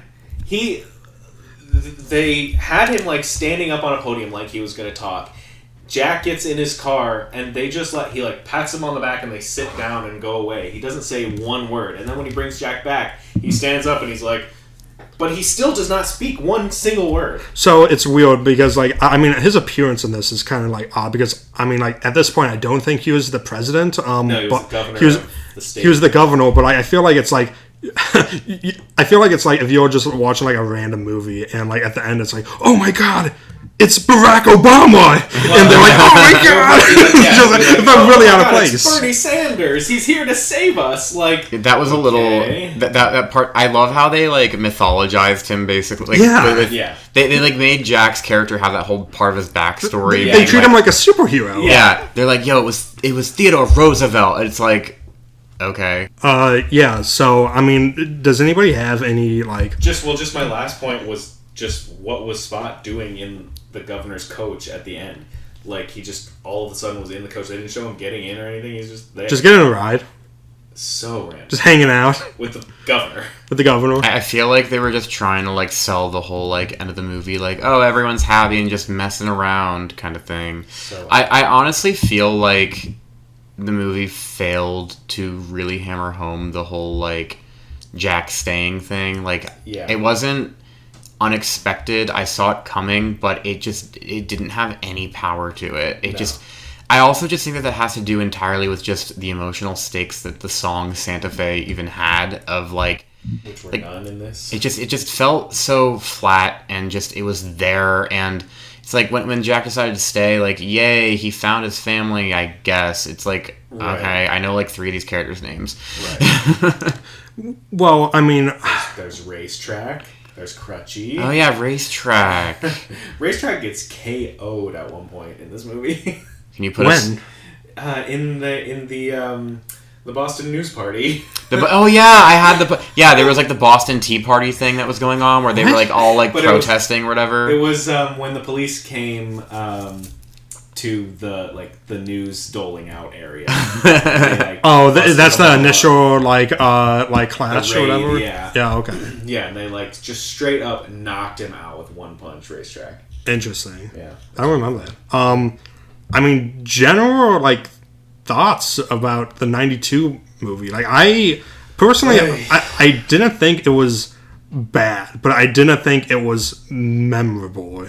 I feel like it definitely has that vibe of that complete relic of a 90s Disney live action movie that we just are never going to see again. Like the large all boys ensemble movie. You got Mighty Ducks, The Sandlot. Like it was like that type of movie, but then all of a sudden they were like, let's make it a musical. And I think it has... I would say Mighty Ducks certainly has more cultural relevance and more in terms of just memorable moments. Yes, that's exactly what I'm saying. The funny... It's they tried to hit what they did with even Sandlot, the perfect example of that style of 90s movie, but I think it fell so flat with this movie. I think that there is still a lot of artistic value in what this movie was trying to do, but honestly I just feel like it just was not at its full potential with what they did. I prefer the beginning of this movie, surprisingly, to the beginning of the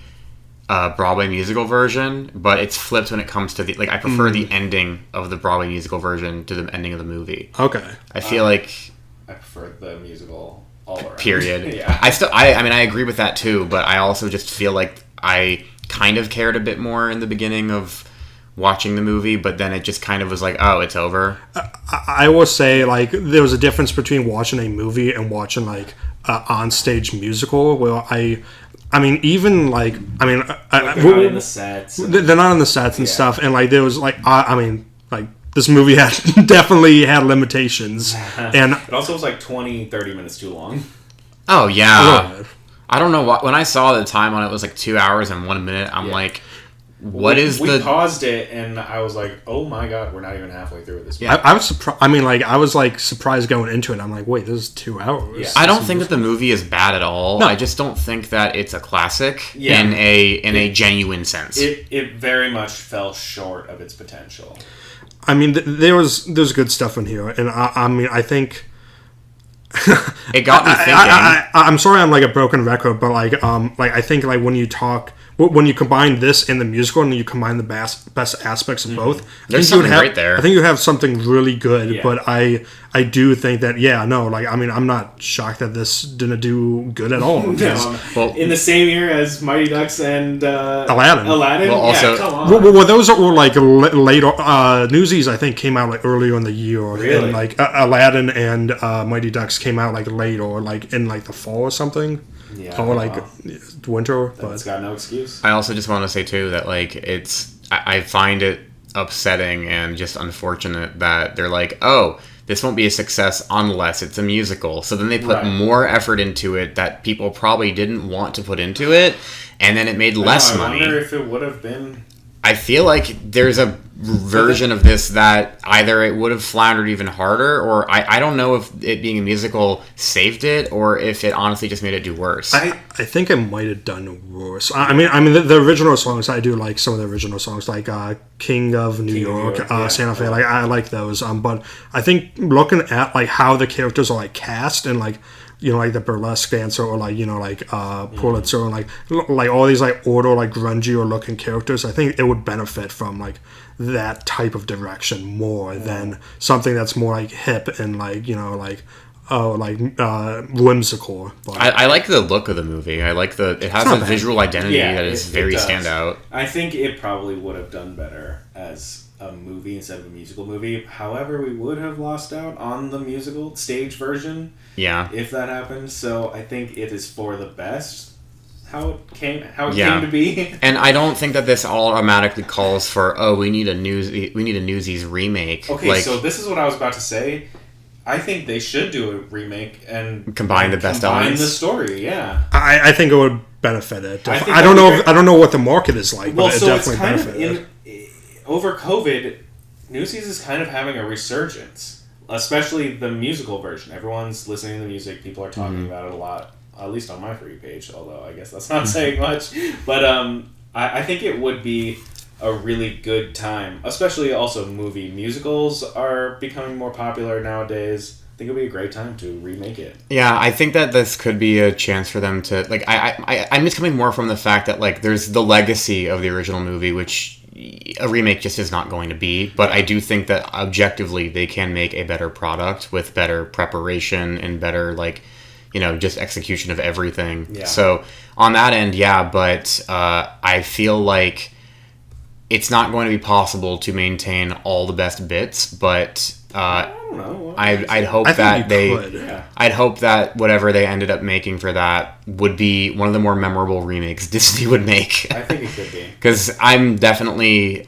This is one of those situations where, like, yeah, you're right. Actually, like, it could make. This is one of those situations where it is called for. And they've basically tested it already in theaters, and people love the stage adaptation. Now, if that next remake that they supposedly make though is not good though, then this is sunk, and I don't. Right. Kind of kill it. Well, yeah, pretty much. You know done. who wouldn't be in the remake? Christian Bale. Exactly, and that is He a has said positive. publicly, he does not talk about You know what? I don't blame him. I really don't blame him. I think he said something like, "I respect the fans, but I will not comment on that." I think he's a bigger name now where he would not go for a Newsies movie Yeah. at all.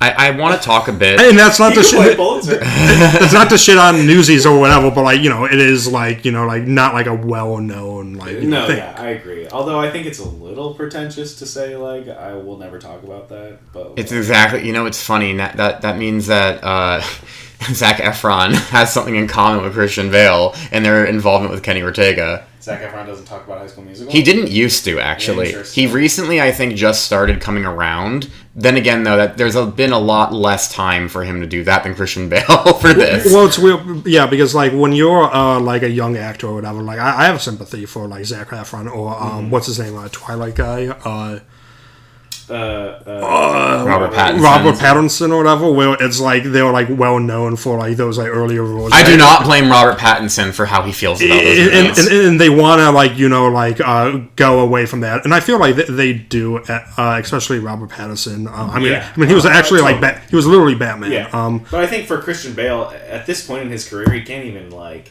mention it. Well, it's weird because this isn't even like a role that people are like, oh my god, you're Jack Kelly, Right, Like right. It's just like it's just like a just younger doesn't role. like to Isn't Jack Kelly a character from Always Sunny?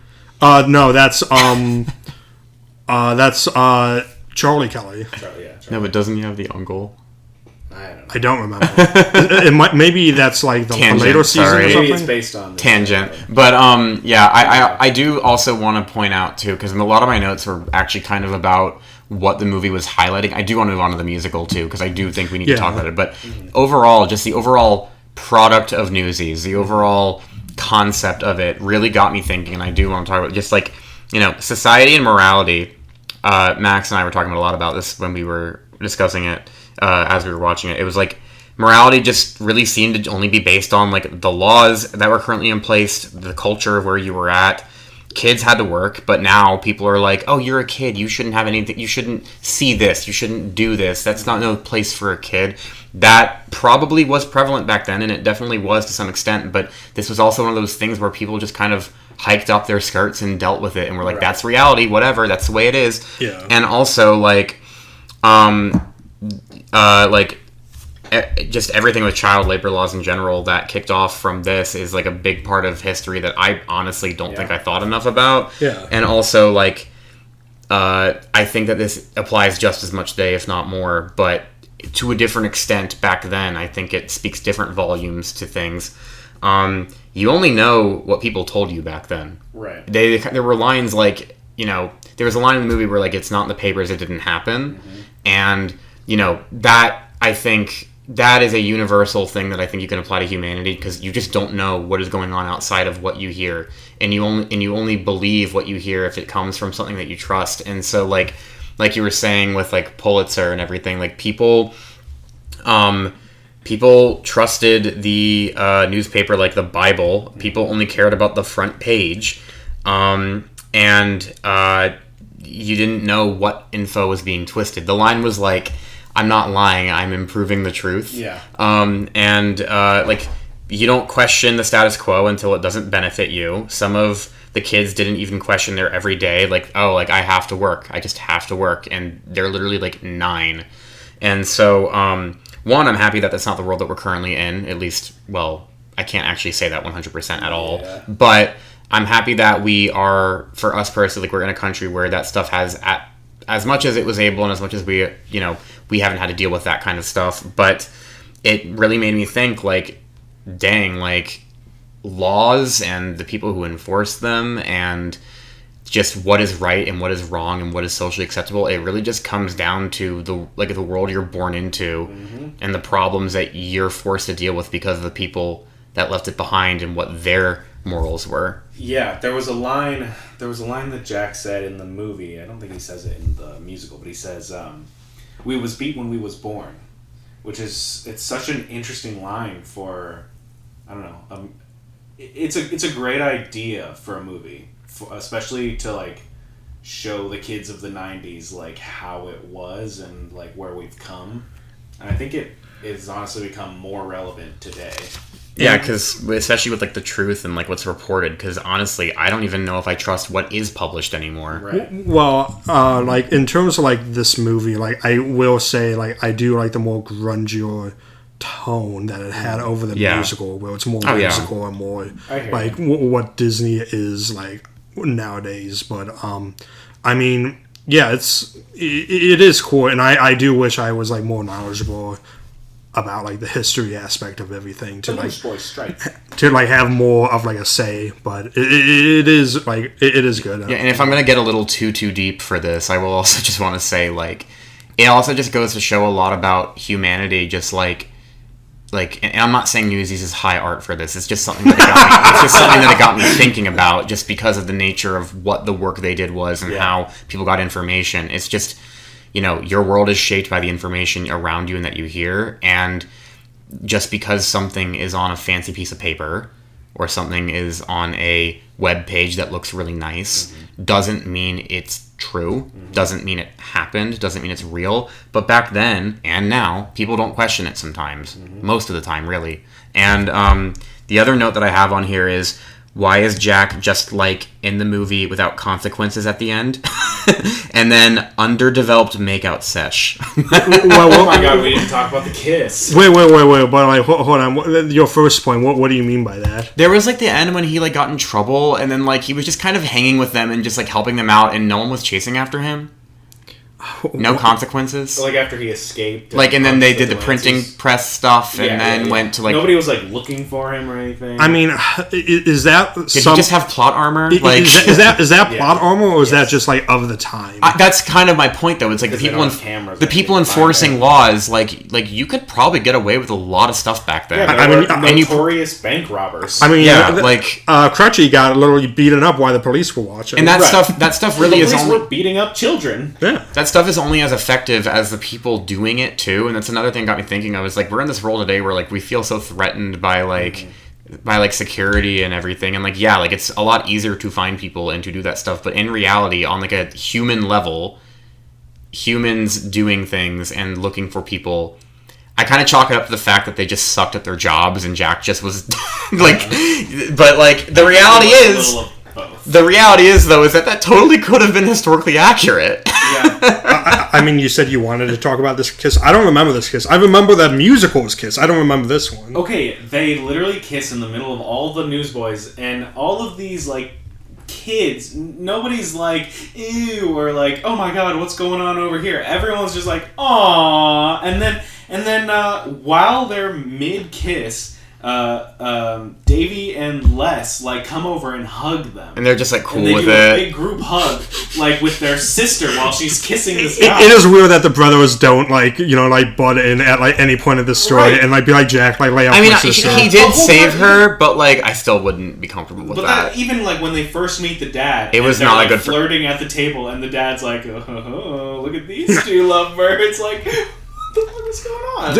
They were very like propping her up for marriage. Yeah, exactly. There's so much good stuff in this movie, and then it's just bogged down by all these very dated, questionable decisions and just like performances that don't live up, or things that were not done to their best that they could have, even with what they had. Which I think they fix a lot in the musical, which maybe is a good segue. I want to talk about the musical. Yeah, I feel like I have more to say. So, a little bit of background on this. So it had a smaller budget than Lion King, Beauty and the Beast, and like other Broadway like Disney shows, but it was. And I think it was because of like the smaller cost and like the niche fan base, but it made back its initial $5 million cost faster than any Disney Broadway musical.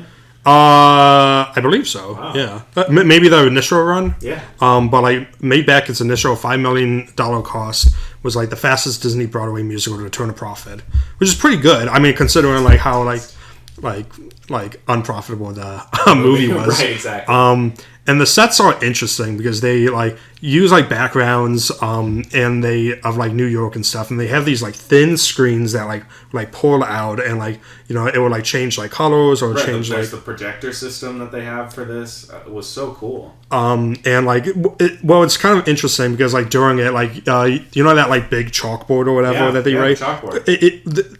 I feel like they had like issues where it's like they didn't like it's like inconsistent with like lining up properly like where it is, because they don't like pretend to write. Yeah, I think they did just that like on purpose. It was kind of stylized. Like he just kind of holds his hand in place and it starts writing out. Do you think that was a stylized choice, or like okay, like we'll get inconsistencies? We don't want like your hand to cover up the screen. Like we're not going to have you actually like write it. I think. It could be either way, but as someone who like has seen a lot of theater shows, it was very on par with what you do in theater. And they get a lot of use out of that 3-piece staircase set. The like scaffolding staircase set. And I love that set. It's a good set. Kind of overused. I don't know. It's a stage play, so like. The whole point is to have as few sets as possible. Yeah, but like I mean, like if you want to change it up, maybe just like put like a tarp, like a little bit, like to symbolize like inside, or like I don't know. Like I feel like it was a case where like. I feel like most of the budget probably went into that staircase, and they're like, "Well, we gotta use it." They had to be able to walk on all 3 levels. I do want to give props to the scene on the scaffolding where I think it was Crutchy like fell, and then was it Crutchy or at the very beginning? The beginning, yeah. Yeah. So I wrote this down. Crutchy said, "This is the first note I have." Crutchy says, "Be a pal and help me down," while he's like 4 rungs down already on the ladder. That was crazy. Like, all the way on the other side. And he grabbed him, and it was done very well. I mean, he obviously must have been like on a wire or whatever, because there's no way they would just have an actor dangle like that. I didn't even think about that. Yeah. I didn't even think about that when I was watching it. It was very silly. But like it's weird because like we mentioned, like this is like 25 years difference between like both the movie and the musical. The musical had just great pacing for the songs too. Yes. A big problem with the movie is that it kind of forgot it was a musical for a bit towards the end. 100%. It forgets it's a musical in the middle of songs. Well, when you said it wasn't even supposed to be that, like now it kind of like clicked in my head. Right. But knowing that there is a musical, like there is a version of this story that works like that. And in my opinion, it just works. It redeems so well. the fact that they creatively made, not like that they were forced to make that decision creatively. Well, it's interesting because it's like you kind of compare the two, and it's like the newer one feels much cleaner on a smaller scale. Which, like, I mean, like the old one was technically on a smaller scale, and you can like clearly see.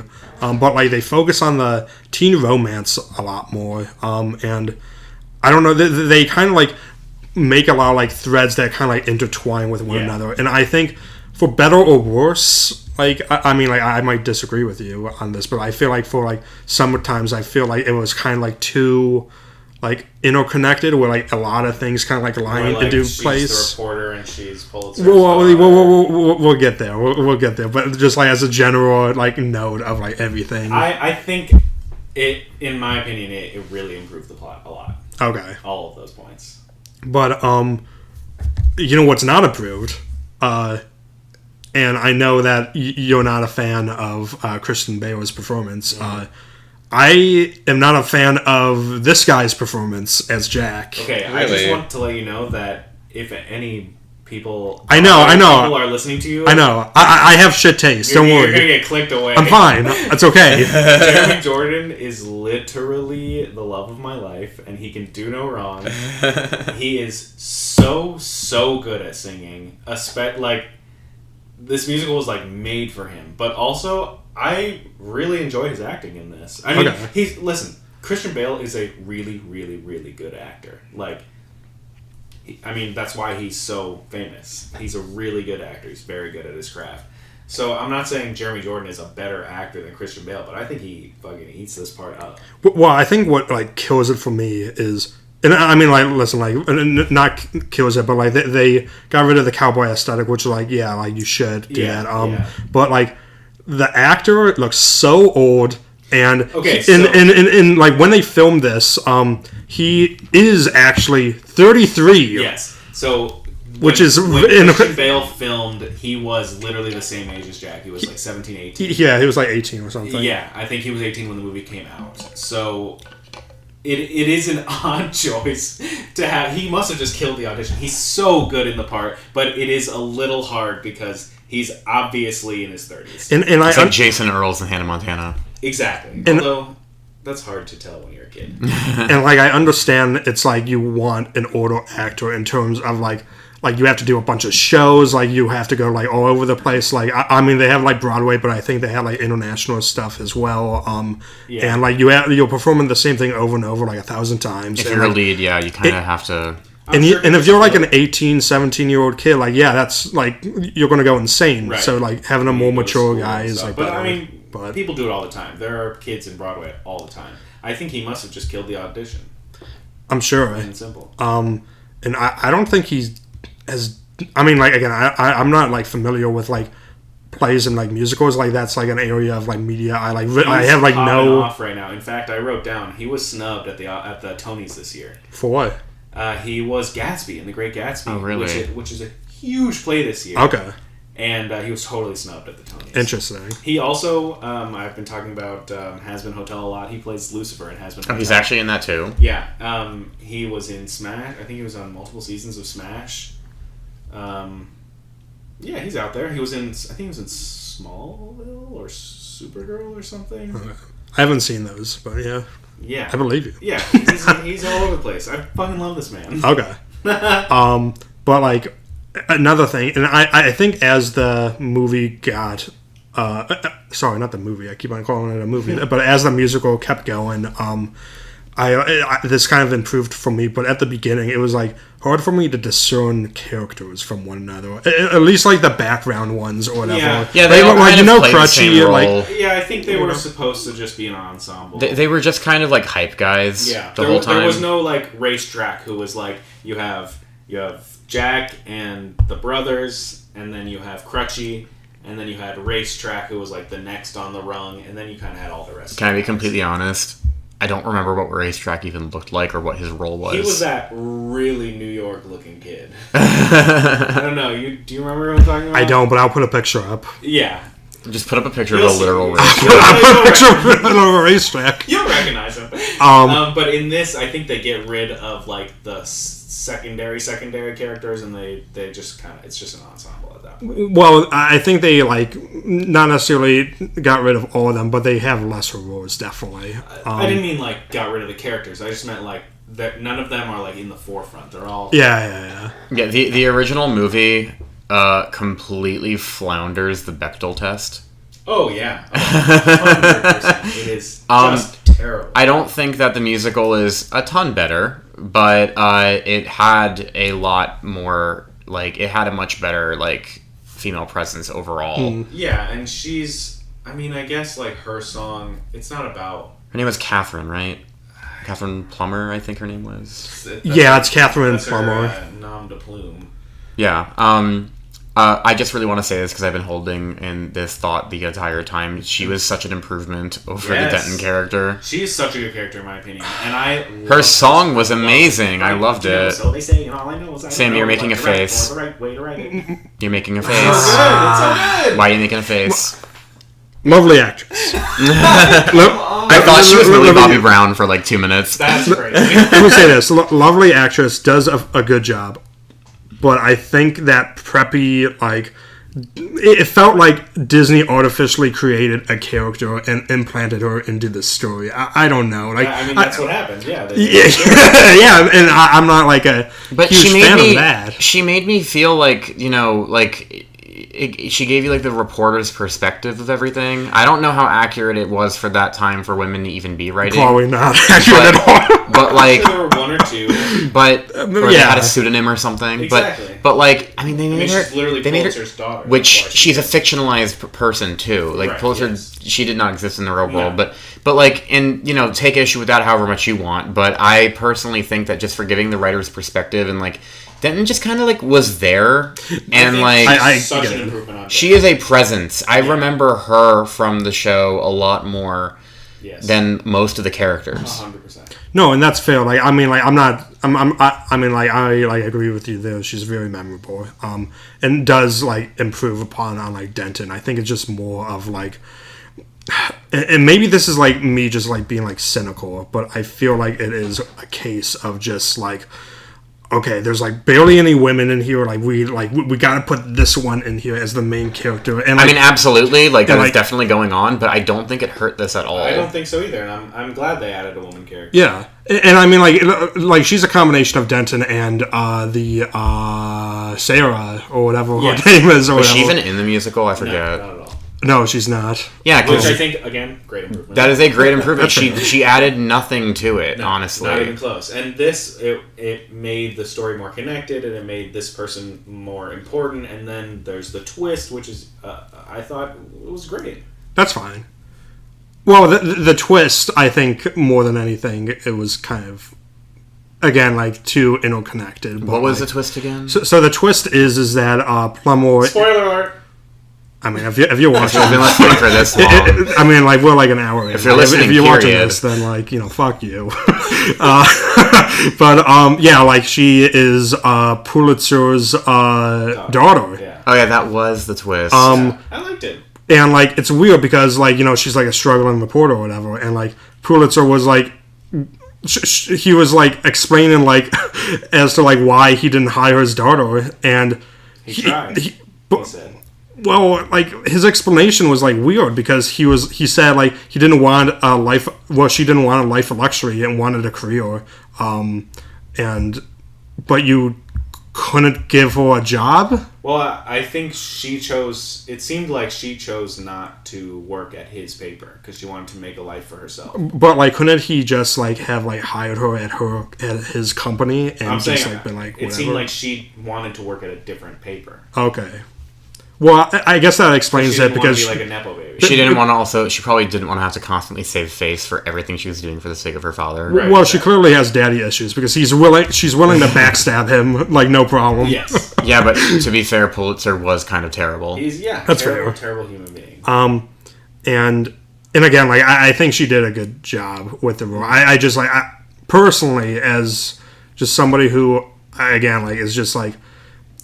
I feel like just looking at like a corporate decision and just like thinking as to like why things are the ways that they are, and like I keep on thinking like Disney, like how like I mean like Disney makes good products, but like I feel like sometimes you just like I have that cynical side of me that like thinks like more like there was like an alternative motive. No, yeah, like, it would have been the same. It's how I feel whenever I watch one of their newer movies and there's a clearly checklisted gay person in it to be edited out. I completely get where you're coming from, and I don't think that it's inherently bad to have those additions in there as long as they're done well. This is a case where I'd argue it was done well because I don't think we see it done well enough. Agreed. And so, yes, I absolutely do think that there are those decisions that are made for the sake of, and they don't add anything.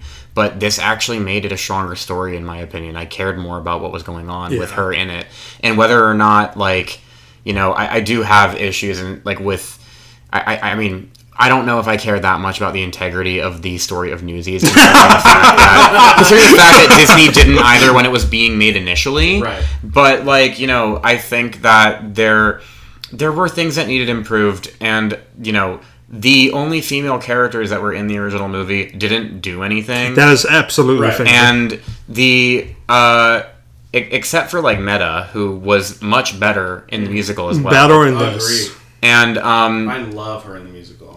So yeah, like I think that it benefited it further. I think I don't know if they needed to make the decisions the way that they did, but I don't think it harms anything the way that it ended up. Okay. I guess is the best way I could put it. Yeah, and I mean we're not gonna go down the story, because I mean it's pretty much the same story as the original, except for like a couple little like tweaks here. Some songs are gone. Some songs are gone. Added. Some songs are added. Yes, some scenes are gone.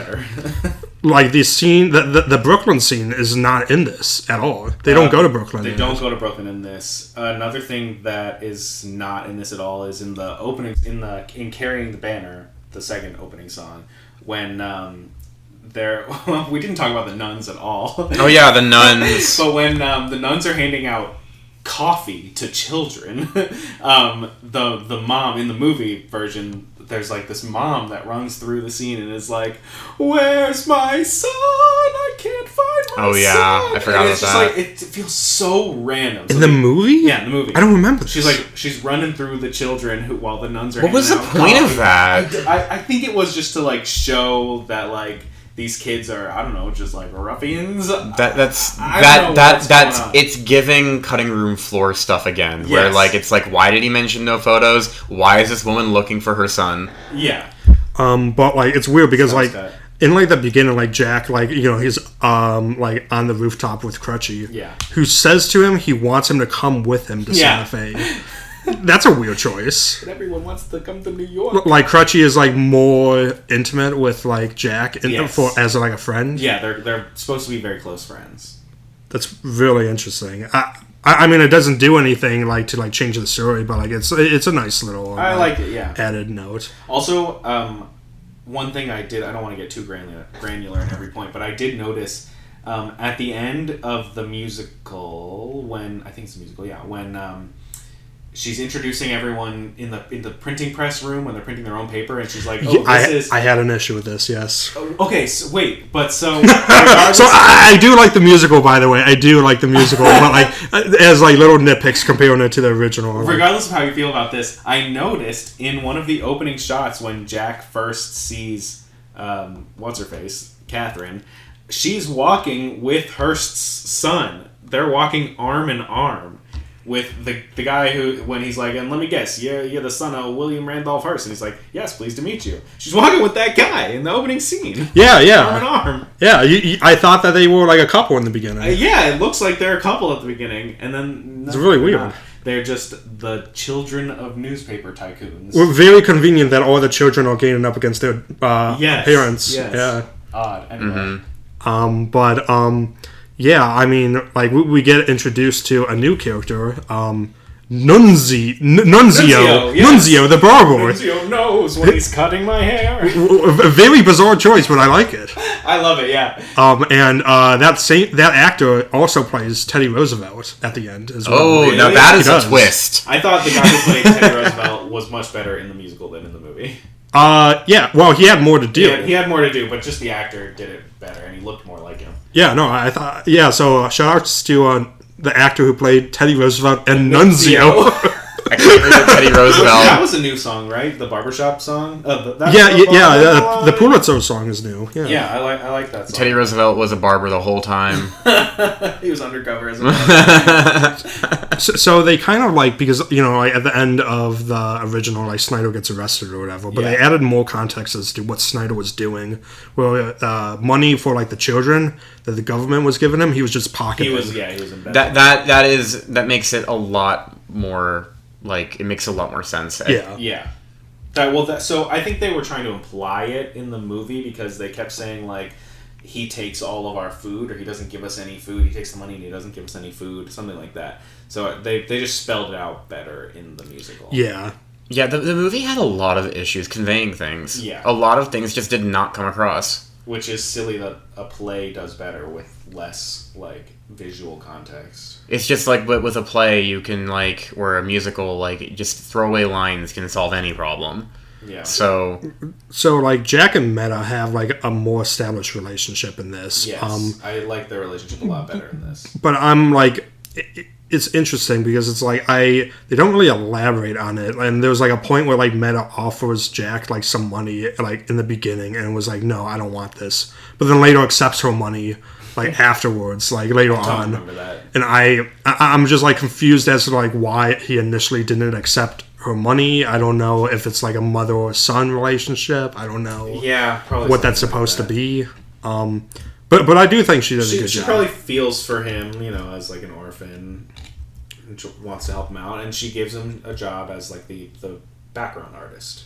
Yeah, which I mean, like we made a point about it before, but I think that is a weird little anecdote that it fits together like in the story. But I think it does a great job of explaining the context between the two of them, and it fits in later when he draws the political cartoons, and like the Pulitzer like offers him a job at the end. Well, he offers him a job as a political artist, as a cartoonist. Yeah. Yeah. So like he has to draw like a lot of like political left, political right drawings. Yeah. What have you? Basically saying like, you're gonna draw Teddy Roosevelt as like a pig in a bath. Yeah, something like that. But again, like with the whole artist thing though, like I don't know if we went enough into it before. I really liked how that improved Jack's character because it made him feel like he had more to him. It made him feel like a little more depth. Yeah, because honestly, like, we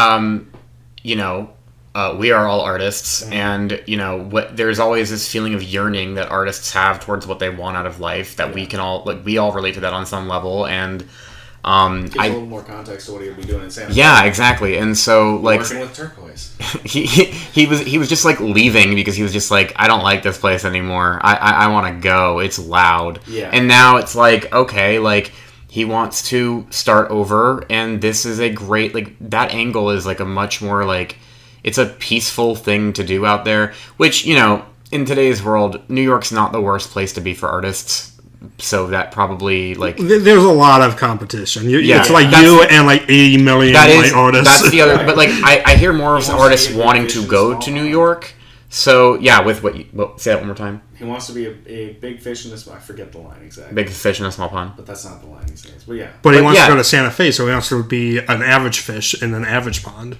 Well, for everything else, at that point was a small. But so for that like a big life. In a small. Now I don't know how booming the art scene in Santa Fe was in 1899, but it does make it seem more believable for like and also just back then I feel like just being in a place that visually wasn't so busy with buildings. Right, exactly. It just made sense to me, I guess. They do elaborate a little bit more as to why he wants to go to Santa Fe, which is nice. Yeah.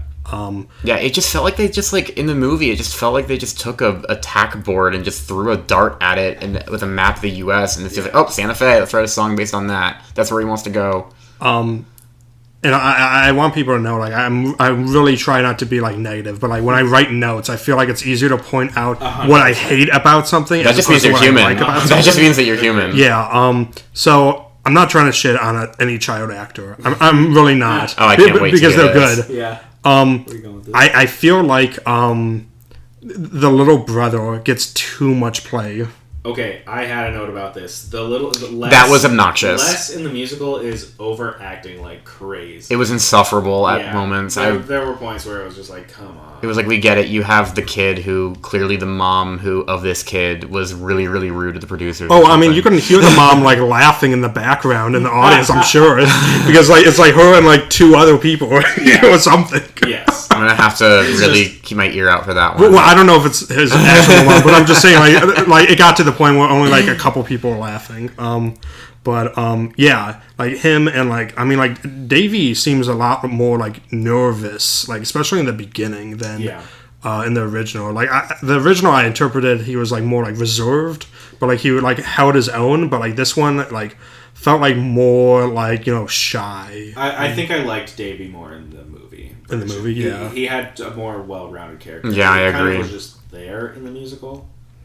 But during that big clash with the Delanceys, did you notice that they were using like Batman kapow sound effects? No, it's funny. In the musical. In the musical, yeah. What? Yeah, I was like hearing it. I was thinking like Adam West.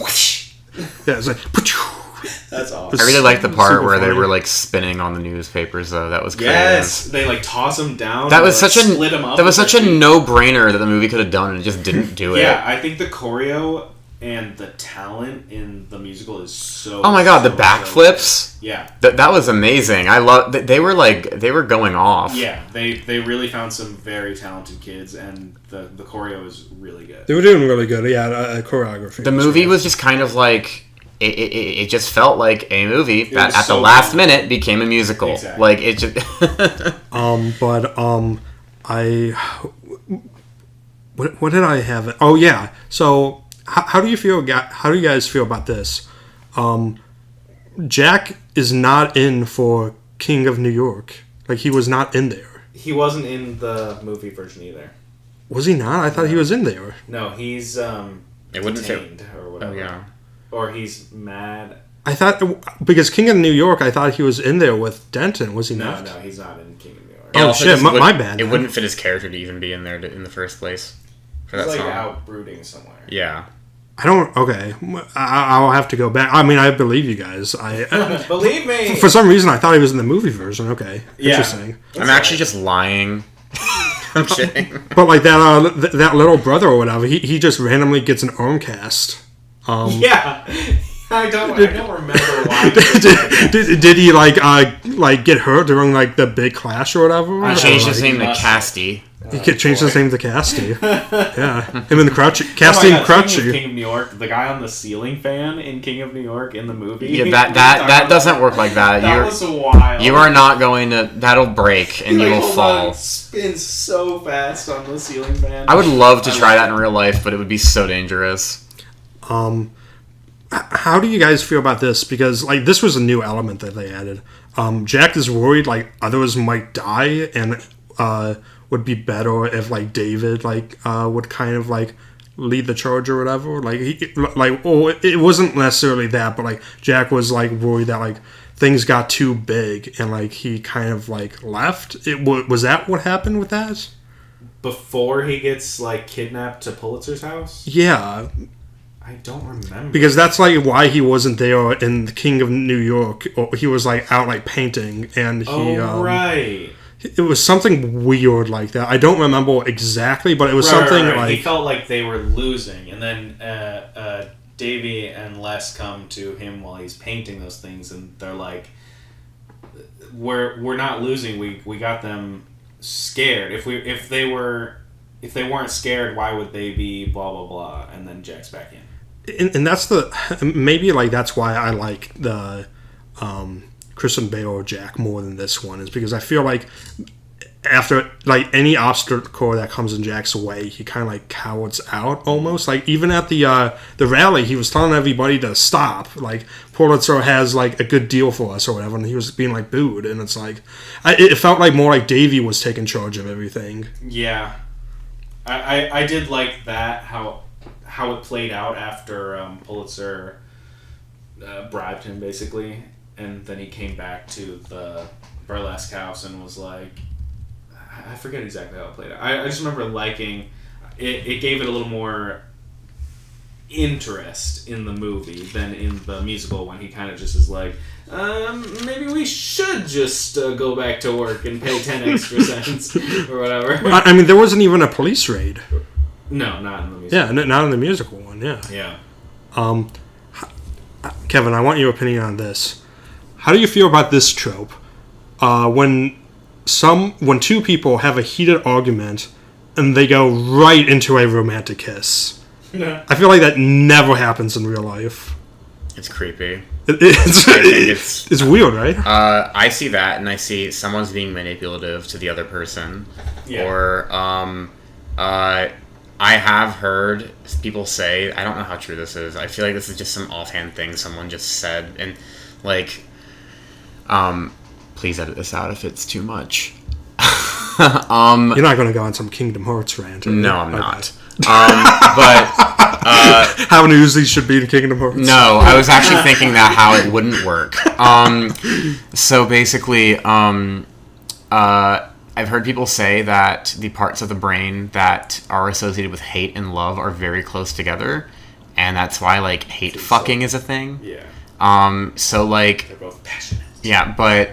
I just, I'm sorry if I'm screaming at someone, and it's let alone someone that I'm in a relationship with. Right, and they lean in to kiss you. that doesn't happen. No, that does not happen. That is a trope that I feel like is so played out and really only made sense in an era when, like, men could do that to women. Yes, exactly. And they couldn't say no. Agreed. And which I don't need to even explain why that's wrong.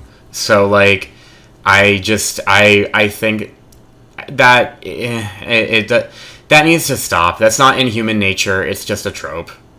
Yeah. I mean, it's just like something I've seen in media so often. It's like, exhausting. It makes no sense. It doesn't make any sense at all. I hope I don't have to experience that in reality, because that just sounds toxic as hell. Yeah. I mean, I was I can't say what it is, but I was like watching something recently where that happened, and I just like. And they were just straight into like fucking after that, and I'm just like, how? I don't. How does that work? I mean, you can be like mad at someone and still like do that, but like it's not the same as just like it doesn't end the argument. It's not like it I don't know. I guess it depends on the relationship, but it's so cartoonish in how like they just go right straight for the kiss. You know what I mean? Like, if you are already in an intimate relationship with someone, maybe, but like if it's just like somebody you have issues if that's happening. Yeah. But like at least I'm like, okay, like your partner a little bit better or whatever, your significant other, where it's like, okay, like you get a vibe as to like, okay, now we're gonna go for a kiss or whatever. Right. But if you are like didn't even hold hands with someone and you are in an argument with them and you're like, you know what, this is a good time. This is good shit. It sounds like that kind of like behavior that's just been perpetuated so much on how like the worst of everyone in the male sex has been taught to act from media, and just bad habits like at its peak. Well, I mean, it's like women too, like, right? Like, I feel like it's like that instinctive like thing of like how like again like how what's her name Plummer was just like, was like on like a type and everything, and she was like, oh, I hate him, but oh, he's so cute or whatever. Yeah. Like, I feel like that's that vibe comes from. I also just have an issue too with like, this is just media in general, just because like I think that she's a great character. I don't need to re-say all that stuff. I don't like when anything, period, has a man and a woman in leading-ish roles, or there's just a woman there, period, and she might be the only woman, the only important woman in the whole movie. Like, I cannot stand when it is forced to be a romantic thing, because... That is fair, yes. Because it's just like, where did this come from? Do they even have chemistry? How does this make sense for the plot? I feel like it's just a cheap way to to tie up a loose end that just wasn't there at the end of something, to like put a bow on it. That you didn't need to do that. Like, people can just be friends, and media just in general just has not caught up with that with men and women. There's a couple of things that spring to my mind when you like say that, where it's like, like just because there's like one man and one woman. I feel like it's almost an obligation for media nowadays. Like, it's almost like bled into visual language, period, that you see a man and a woman alone in something, there's an implication that they're in a relationship or they're going to be in one. Yeah.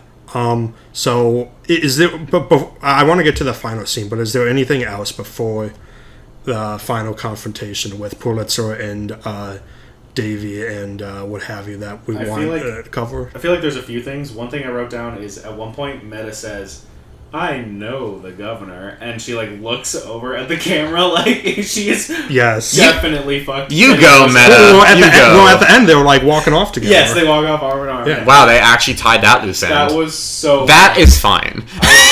Relative to what I was just talking about, that is fine.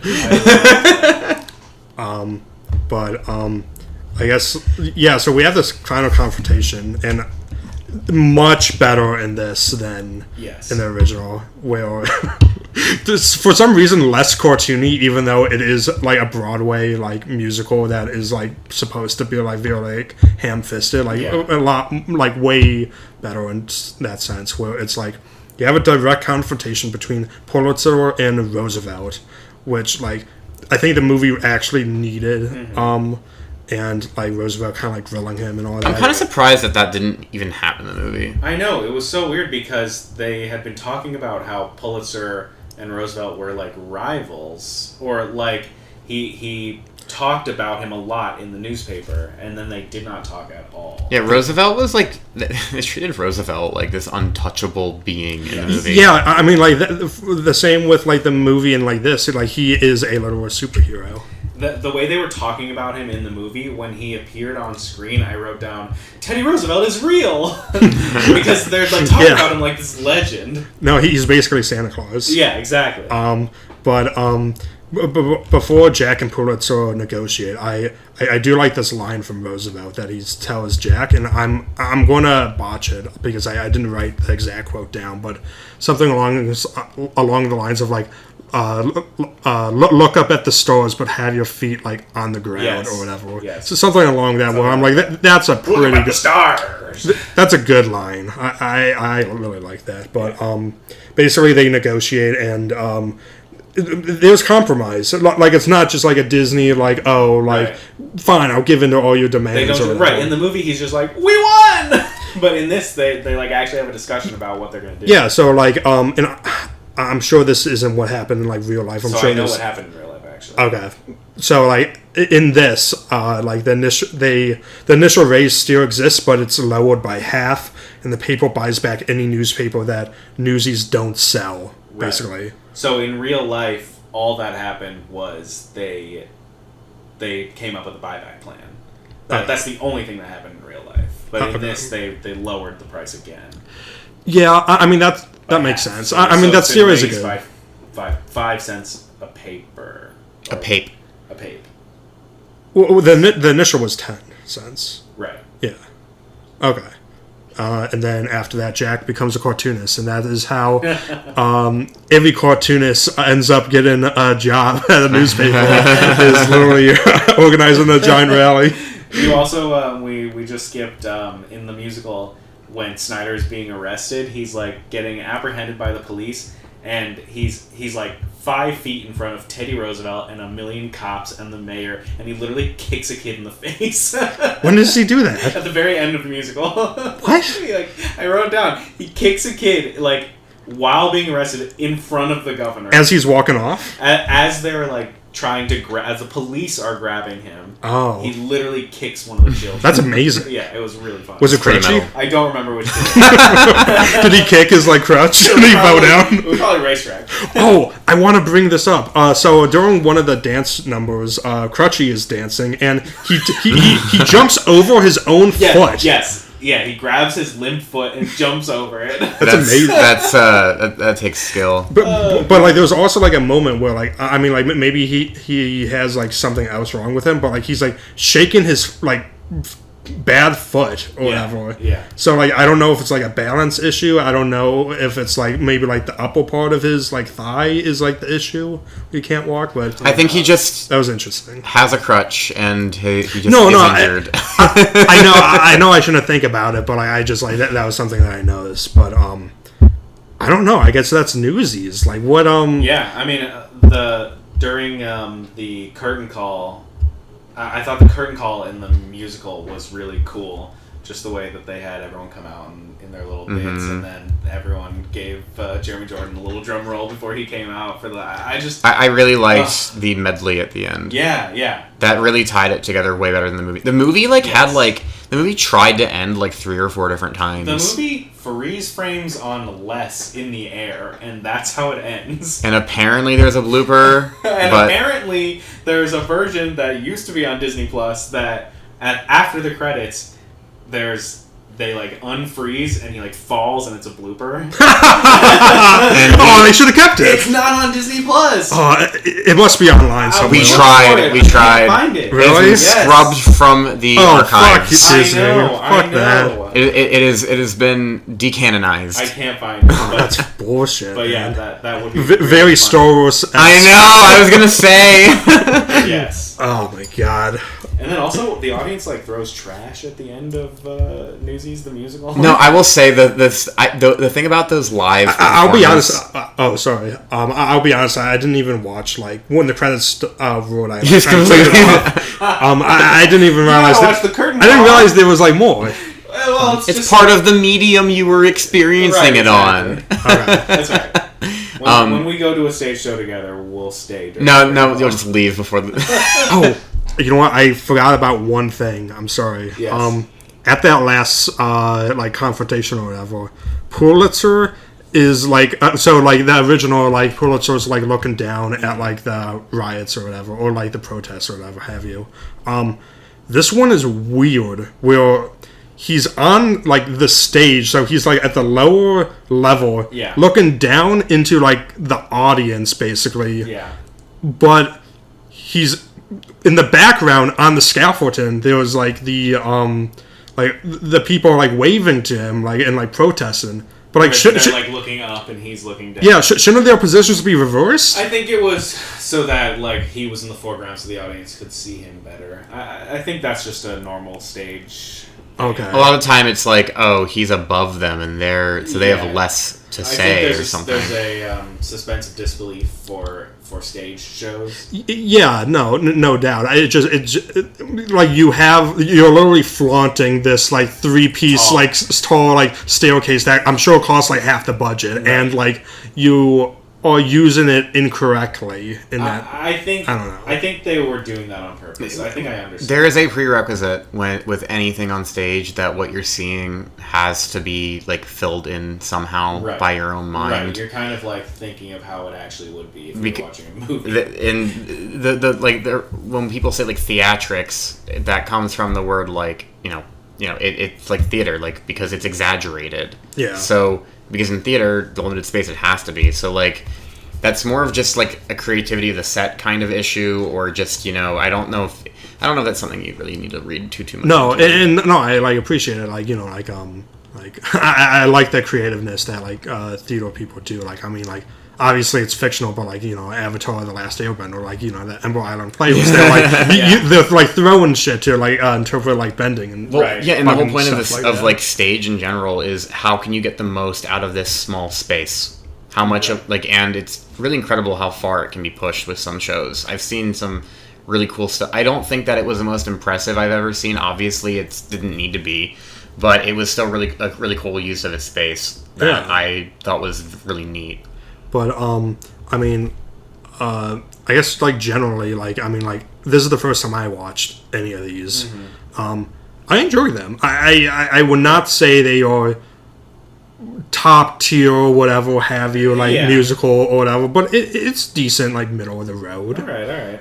It's really great soundtrack to like throw on if you're like trying to clean the house or you need to get hyped about something. I'm curious if the soundtrack would stick out to me more if I just like listen to it. It's a different recording, so they're in a booth recording the soundtrack. So for both of them? No.